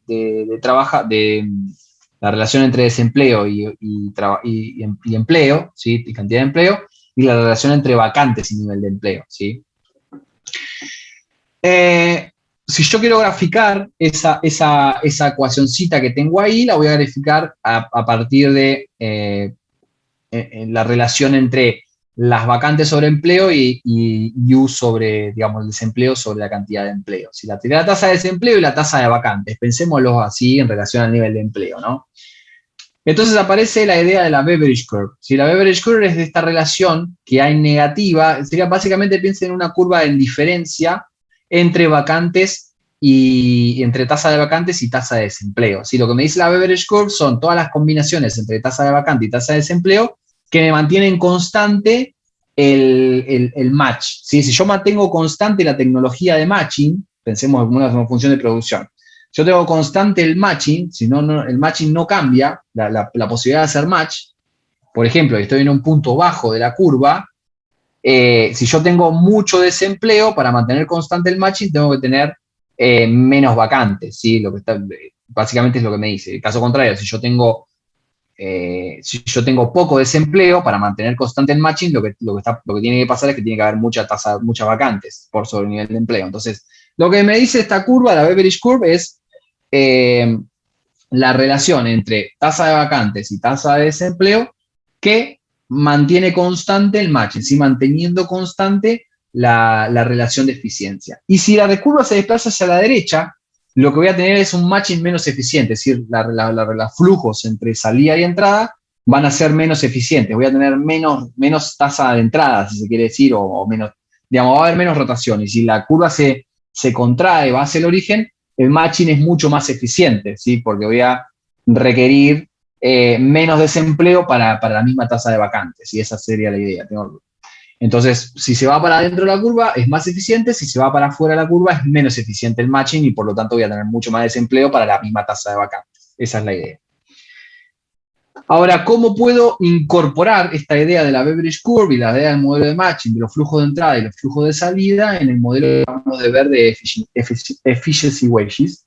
Y lo voy a meter dentro de la curva de salario. ¿Sí? En la curva de salario, recuerden que lo que yo tengo es la relación entre salario real y nivel de empleo. Bueno, si yo puedo reescribir de alguna forma la curva WS en relación a el nivel de desempleo y el nivel de vacantes, y también ese ZW, que son todos los factores que podemos incorporar, que pueden explicar también los shocks del salario que requiere los trabajadores para poder ofrecer su trabajo, ¿sí? Entonces, por supuesto, esto es una función implícita. Yo, cualquier ejercicio lo pueden ver con Juan, y esto puede tener una forma, y la manera de resolverlo es igual que el otro. Igual lo wage curve con price curve, y encuentro el salario y la cantidad de empleo o desempleo de acuerdo a cuál sea la variable endógena en ese caso. Pero lo que yo quiero mostrarles simplemente en este caso, donde yo estoy juntando las dos cosas, es que estoy introduciendo la idea de flujo de salida y flujo de entrada de los modelos de matching en el modelo que vimos anteriormente, como para enriquecerlo un poco más. Entonces, del lado izquierdo lo que tengo es la nueva wage curve, donde asocio W y nivel de empleo, ¿sí? Pensemos que el desempleo es 1 menos el empleo, digamos, el desempleo es 1 menos el desempleo, ¿sí? Como la otra parte, si no estás empleado, estás desempleado.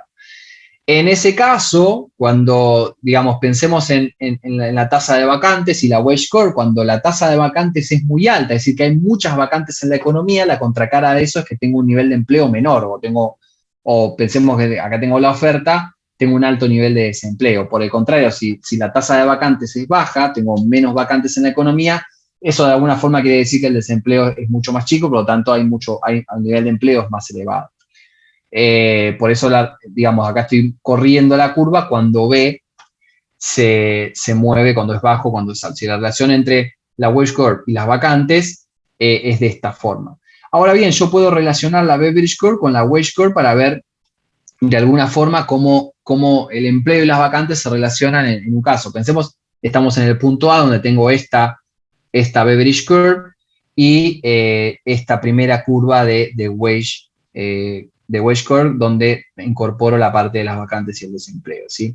Pensemos en un caso, por ejemplo, donde cae la eficiencia, donde la eficiencia del matching en la economía se hace más baja, es decir, donde la posibilidad de hacer un match con alguna vacante estando desempleado es más baja. Entonces estoy en un caso complejo del mercado de trabajo, por lo tanto esa curva se desplaza hacia abajo.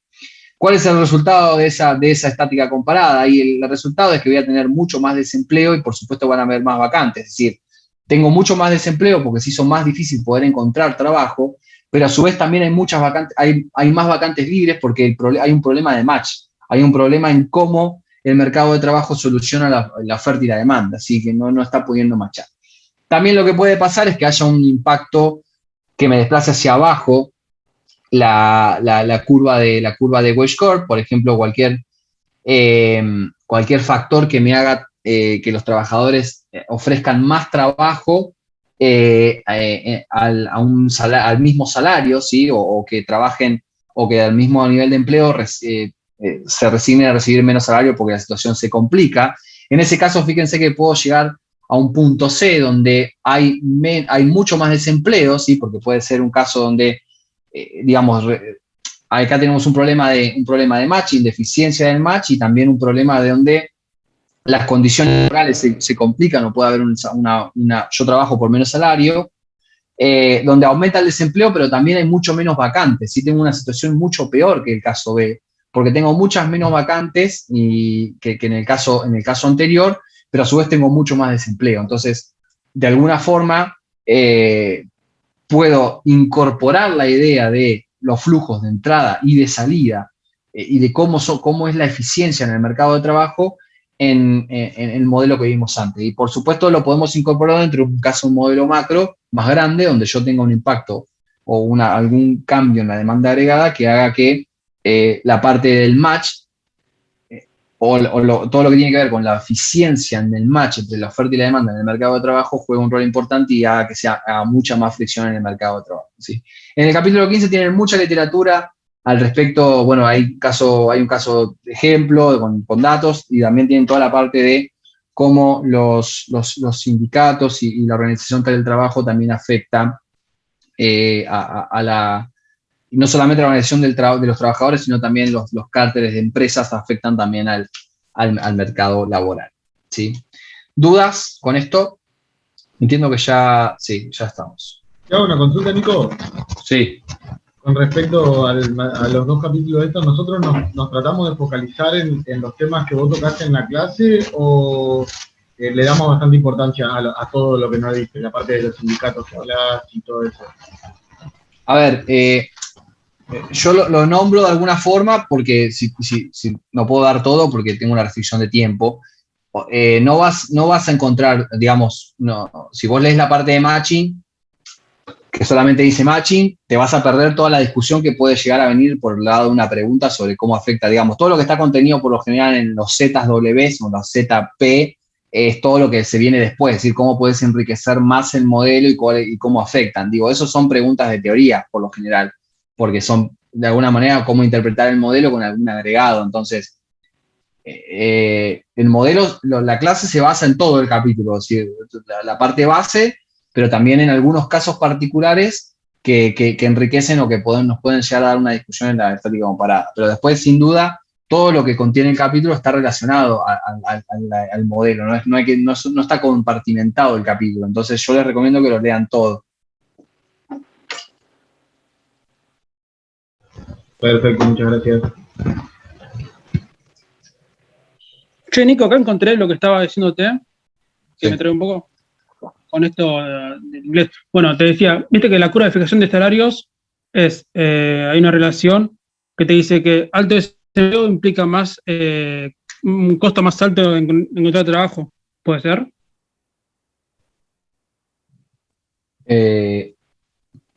Sí, en realidad, a ver, estás acá vos. A ver, decime si estoy bien. ¿Acá? Sí, ahí. Sí, El punto A es más costoso encontrar trabajo que en el punto B. Por el punto B es sí. más alta la... Bueno, y en el modelo de matching, leí la filmina que decía que un nivel alto de desempleo está asociado con más oportunidades en conseguir trabajo, ¿puede ser? Por eso ahí encontré como una dicotomía, no sé cómo decirlo. Sí, pero porque yo estoy pensando en el caso de mantengo la eficiencia del número de vacantes constante. Si el número de vacantes está constante y hay más desempleo, por supuesto que aumentan porque las vacantes son las mismas y hay más, digamos, acá lo tenés que pensar en el marco que también tenés un parámetro de eficiencia constante. Entonces, si la eficiencia está constante y el número de vacantes está constante y hay más desempleo, de alguna forma tenés más probabilidad de conseguir empleo en el caso del modelo de match.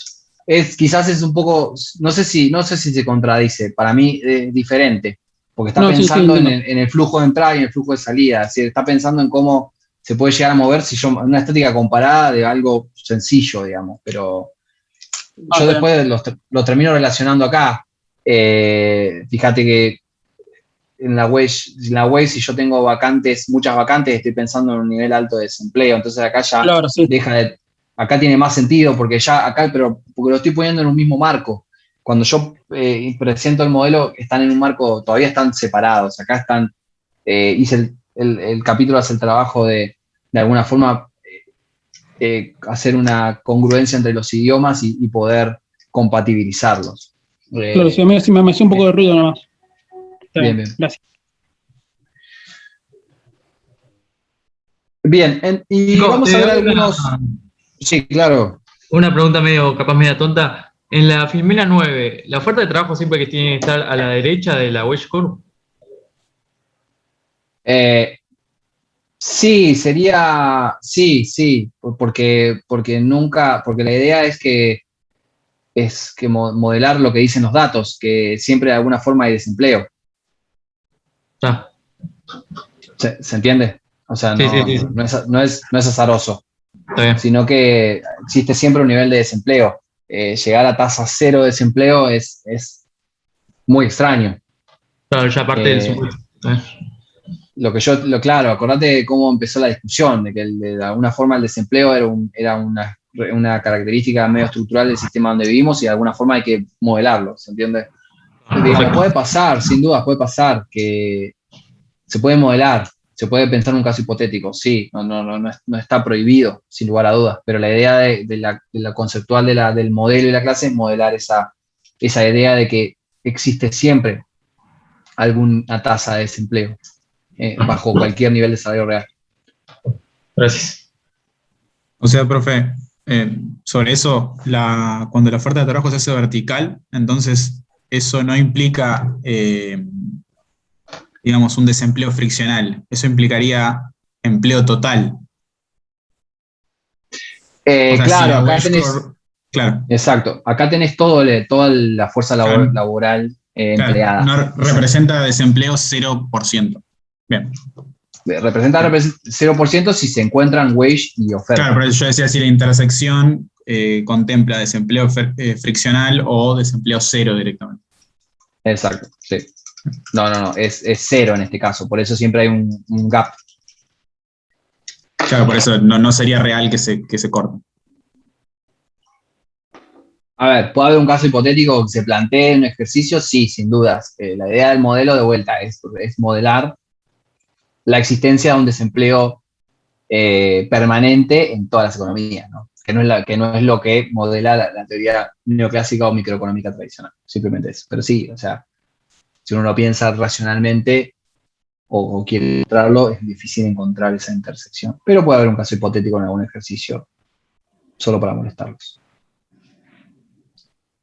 Yo leí la nota de clase y no encontré ningún motivo, no encontré ningún que hable de la pendiente de la wedge curve. O sea, ¿es relevante eso? Lo que pasa, Santiago, es que Solamente eso, hablando de movimiento. no está modelada en términos explícitos, sino que simplemente te plantea una función implícita que la estoy buscando, que tiene esta forma, pero esta B puede ser cualquier función, o sea, pero de todas formas, el gráfico es simplemente salario real versus N, que sería el nivel de empleo, y luego la pendiente que tenga esa curva se puede modelar de cualquier forma, siempre y cuando mantenga la conceptualidad del modelo, ¿sí? Pero Lo importante es los desplazamientos. sí, sí, lo importante son los desplazamientos que están en ZW porque es más, digamos, sin dudas puede haber una pendiente que de alguna manera te indique la sensibilidad que tiene el salario real con respecto a la oferta, pero todo lo contenido interesante se puede meter en la ordenada de origen sin complejizar tanto el análisis. Está bien. Bien. Y para terminar en estos últimos 15 minutitos que nos quedan, les quiero mostrar algunos datos de la economía argentina, como para discutir y ver un poco cómo podemos pensar en la oferta laboral en Argentina y en el marco también los conceptos que estuvimos viendo, no son azarosos los gráficos que les voy a mostrar, sino a partir de cómo podemos ver en datos lo que tuvimos viendo en términos conceptuales. Primero, la composición de la oferta laboral. Los datos son los de CIPA, los del Ministerio de Trabajo, que están muy buenos, tienen muchos datos publicados. La serie va hasta el 2012 nada más, debería haber una serie más larga, pero la realidad es que la oferta de trabajo tiene esta forma. Si hubiese graficado una línea total, sería como muy constante alrededor de este número que es entre 11.000 y casi 11.500, no se mueve, no se ha movido, digamos, en la cantidad de trabajadores ocupados, y por supuesto las barras tienen como su composición, la mayor parte de los trabajadores son asalariados privados, el sector privado, y la segunda gran parte son los asalariados públicos, y luego le siguen el monotributo, digamos, como tercera gran parte. Y después la parte chiquitita, que están los asalariados en casas particulares, monotributo social e independientes autónomos. Lo que es interesante, más allá de la composición del gráfico acá, la conclusión es, de alguna forma se mantiene, o se ha venido manteniendo bastante constante la cantidad de trabajo que se ofrece en Argentina. Quizás con el pico, de hecho viene creciendo hasta 2018 y luego, por supuesto, a partir de lo que fue toda la crisis de nominalidad que tuvimos y lo que ya entiendo que ustedes lo tienen presente, se ha estancado, pero de alguna manera es bastante estable la cantidad de trabajo que se ofrece en Argentina. Acá piensan que esto es un stock, digamos, pero todavía no vemos los flujos, que sería, bueno, cuántos entran y cuántos salen del mercado laboral, eso lo vamos a ver en unos filmes siguientes, pero piensen en el stock es más o menos entre 11.000 y 11.500. Acá están miles, serían millones de trabajadores, ¿sí?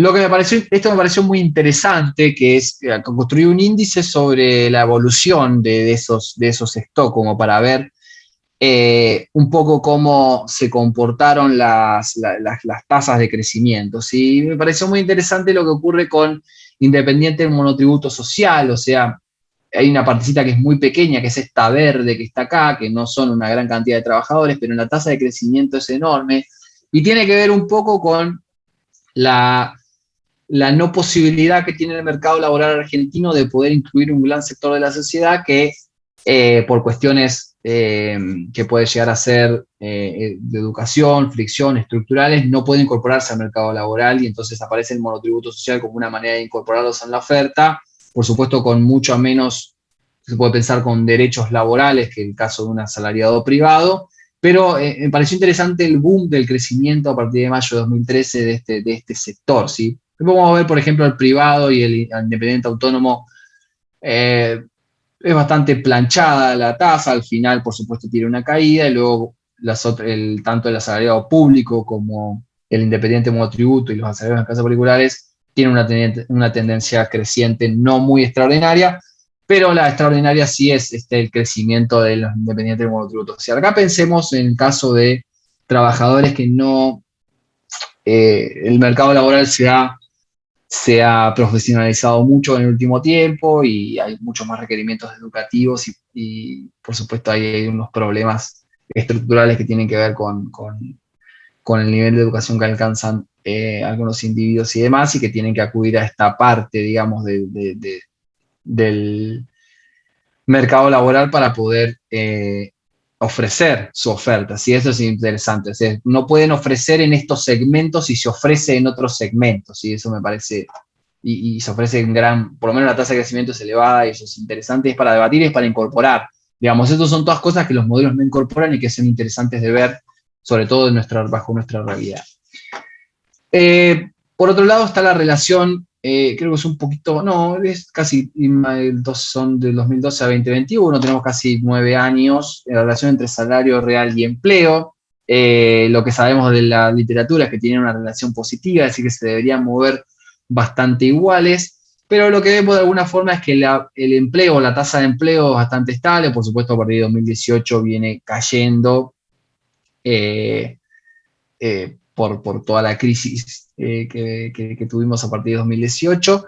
Y fíjense que el salario real, fíjense cómo ajusta, digamos, lo que me parecía interesante de este gráfico es la estabilidad del empleo y la velocidad de ajuste que tiene, o la tasa de ajuste que tiene el salario real. Y por supuesto que tiene que ver con el nivel de precios más que con el salario, que la serie, para construir el salario real, puse el salario, el IPC, saqué las tasas de variaciones y armé el índice. Entonces, luego hice, primero para el salario real hice la resta, por supuesto, entre la variación del salario menos la variación de precio, y esa variación armé el índice. Entonces, fíjense, por lo general la tasa de variación de los precios es así, mensual, y es la que determina cómo se va moviendo el salario real. Fíjense que la tendencia del salario real igual es completamente negativa, se revierte quizás se empezó a revertir, pero todavía está lejos de recuperar los niveles que había en julio del 2002, el 2013 o 2015, digamos. ¿Sí?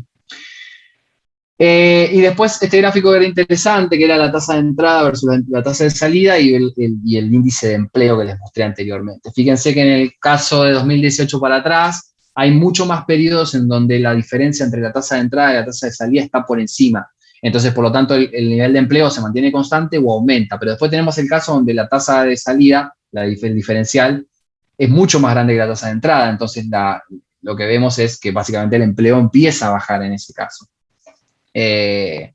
Y fíjense que ahora volvemos a revertir de alguna manera, a partir de julio de 2020, o no sé bien dónde está por acá la fecha, pero en este último tiempo hubo momentos donde la tasa de entrada, y acá seguramente esté la cuarentena la primera, y puede ser que acá esté el efecto de la segunda cuarentena, pero hay algunas muestras de la tasa de entrada por encima de la tasa de salida, donde el empleo de alguna manera tendió a subir un poquito y luego bajó. Si estos son datos hasta mayo, creo, de 2021, que son los últimos que hay.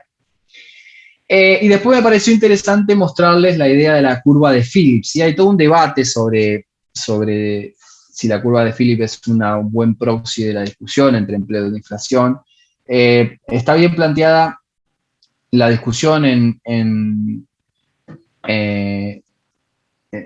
términos de evidencia empírica, pero la realidad es que si los últimos estudios econométricos acerca de la relación entre inflación digamos la relación o encontrar la pendiente, sobre todo de la curva de Phillips, da una relación bastante plana, y eso para los países desarrollados. Y acá les mostré, esos son los datos entre el primer trimestre de 2013 y el cuarto trimestre de 2020, y es una relación entre las tasas es muy sencillo esto y es muy rudimentario, pero da de alguna manera una idea de que la relación entre desempleo e inflación en el caso argentino es bastante, no es tan fuerte, digamos, una recta que no tiene bastante pendiente y la relación no está bastante clara. De todas formas, me pareció interesante hacer dos curvas de Phillips, una curva de Phillips para el periodo 2013 y 2009 y otra del 2010 y 2020, es decir, pre-crisis mundial y post-crisis mundial, digamos, post-crisis 2008, la crisis de 2008 como corte, digamos, porque también es un momento donde en Argentina comienza a haber un problema que tiene que ver con la restricción externa, digamos, que es algo que vamos a ver en clases siguientes, donde de alguna manera empezamos a encontrar un choque entre nuestro crecimiento del producto y la tasa de crecimiento compatible con la balanza con el equilibrio de la balanza de pagos, eso básicamente es de la restricción externa. Y, por ejemplo, para el caso 2010 y 2020, si yo hago la tendencia de esos datos, lo que tengo es una relación positiva de curva de Phillips. Y es bastante interesante, porque si una curva de Phillips tiene una relación negativa entre inflación y desempleo. Y acá tengo una relación positiva. Y básicamente lo que está detrás de eso es que el problema inflacionario tuvo poco que ver quizás con la idea de desempleo, sino tuvo más que ver con las sucesivas devaluaciones o los sucesivos problemas de nominalidad que tuvimos en la economía y no tanto que ver con el nivel de empleo, ¿sí? Entonces se rompió de alguna forma la idea de la curva de Phillips desde el 2010 al 2020. Nada, datos y cosas interesantes como para discutir. Bueno, y lo que les decía, lo que les dejé para los curiosos, la notita de Krugman, que son 2 o 3 hojitas de un PDF, contaba lo que poco les comentaba al principio. Salía el nuevo dato de desempleo para Estados Unidos posterior a haber disminuido el beneficio al desempleo o el seguro de desempleo. Entonces estaban todos los economistas laborales de alguna forma esperando que el nivel de empleo aumente, porque de alguna forma, como vimos en el modelo de salarios de eficiencia, si yo bajo el salario de reserva, pensemos como salario de reserva, ¿no? Ese seguro de desempleo, de alguna forma los individuos van a estar dispuestos a trabajar a un salario real menor o van a ofrecer más trabajo. Y lo que ocurrió fue que de hecho la oferta cayó y Krugman ahí esboza un par de razones que son interesantes, que tienen que ver con la idea de toda esta idea del trabajo remoto hizo que de alguna forma las personas encuentren un nuevo espacio para trabajar que sea diferente al trabajo que tenían antes, o bien la amenaza de la variante Delta hace que los trabajadores tampoco salgan masivamente a buscar trabajo por más de que vos les hayas cortado el subsidio y demás. Cosas interesantes y debates que surgen de la realidad y que se relacionan con los temas de teoría. Simplemente para los que les interese les subí ese artículo. Consultas. Yo no es una consulta de contenido, pero quería pedirle el favor, si no es molestia, de subir estas filminas. Si Están puedes subir subidas, Gastón, ¿por qué no? esta versión. Perdón, pensé que había dicho que estaban las del 2020 al principio de la clase. Dije que estaba en 2020 porque le puse mal la fecha, una pavada, le puse mal la fecha a la introducción acá. Pero yo subí estas filminas, dicen 2021. Listo. Perfecto. Gracias.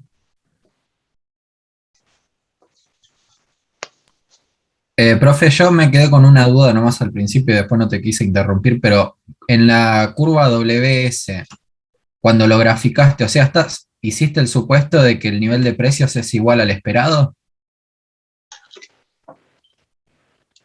Porque la ecuación era W igual precios esperado multiplicado por la función esa. Acá. Sí. No entiendo el supuesto que decís que estoy haciendo. Porque P supra E no es precios esperados. Sí. ¿Y no sería una variable distinta a precios? Lo que voy a suponer, tenés razón, eso me faltó aclararlo. Primero y principal, porque son diferentes precios los que percibe el consumidor de los que percibe el productor. O sea, en la vida real, el precio del productor es diferente al precio del consumidor. Eso de alguna forma ustedes lo saben.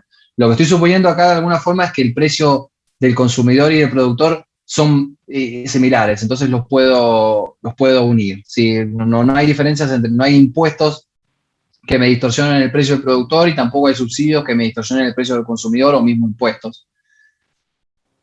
Entonces los considero igual, sí. Gracias, Juan Cruz, por eso, por la aclaración. Lo llegaste a entender. Lo que estoy subiendo es que no hay distorsiones y precio del consumidor y precio del productor son iguales. Eso está bien explicadito en el capítulo 2. Sí, profe, gracias.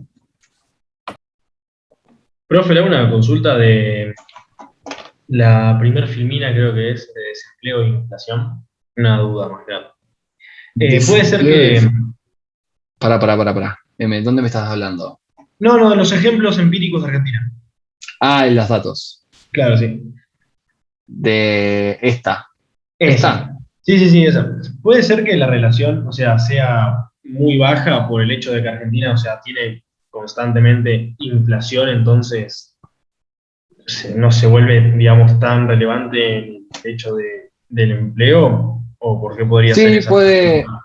puede ser, Tomás, pero de todas formas es algo que no es algo que nos pasa solamente a nosotros, sino es algo que nos pasa, que pasa también en el mundo. Hay un trabajo, si querés después escribirme y te lo paso, Vale. de un economista del MIT. Hicieron una nueva estimación para algunos países desarrollados y encuentran exactamente lo mismo, casi una curva de Philip plana, es decir, como que el fenómeno, digamos, lo que quiere decir una curva de Phillips plana es que se perdió la relación estrecha de causalidad entre inflación y desempleo, ¿sí? Entonces tiene que haber otros determinantes atrás que están moviendo o que sean los drivers de esas variables. Eh, pero, digamos, sin dudas puede ser por eso, sin dudas se puede interpretar, habría que hacer la medición con respecto a todas esos factores o hacer un modelito, pero de todas formas no es algo que nos ocurre solamente a nosotros, sino es una regularidad que viene ocurriendo en la mayor parte de los países del mundo. Perfecto, listo, gracias. Después te mando mail para ese tema. Dale.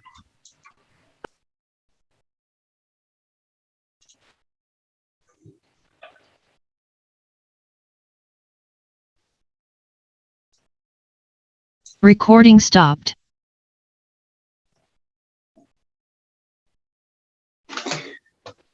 Bueno, chicos, si no hay más consultas.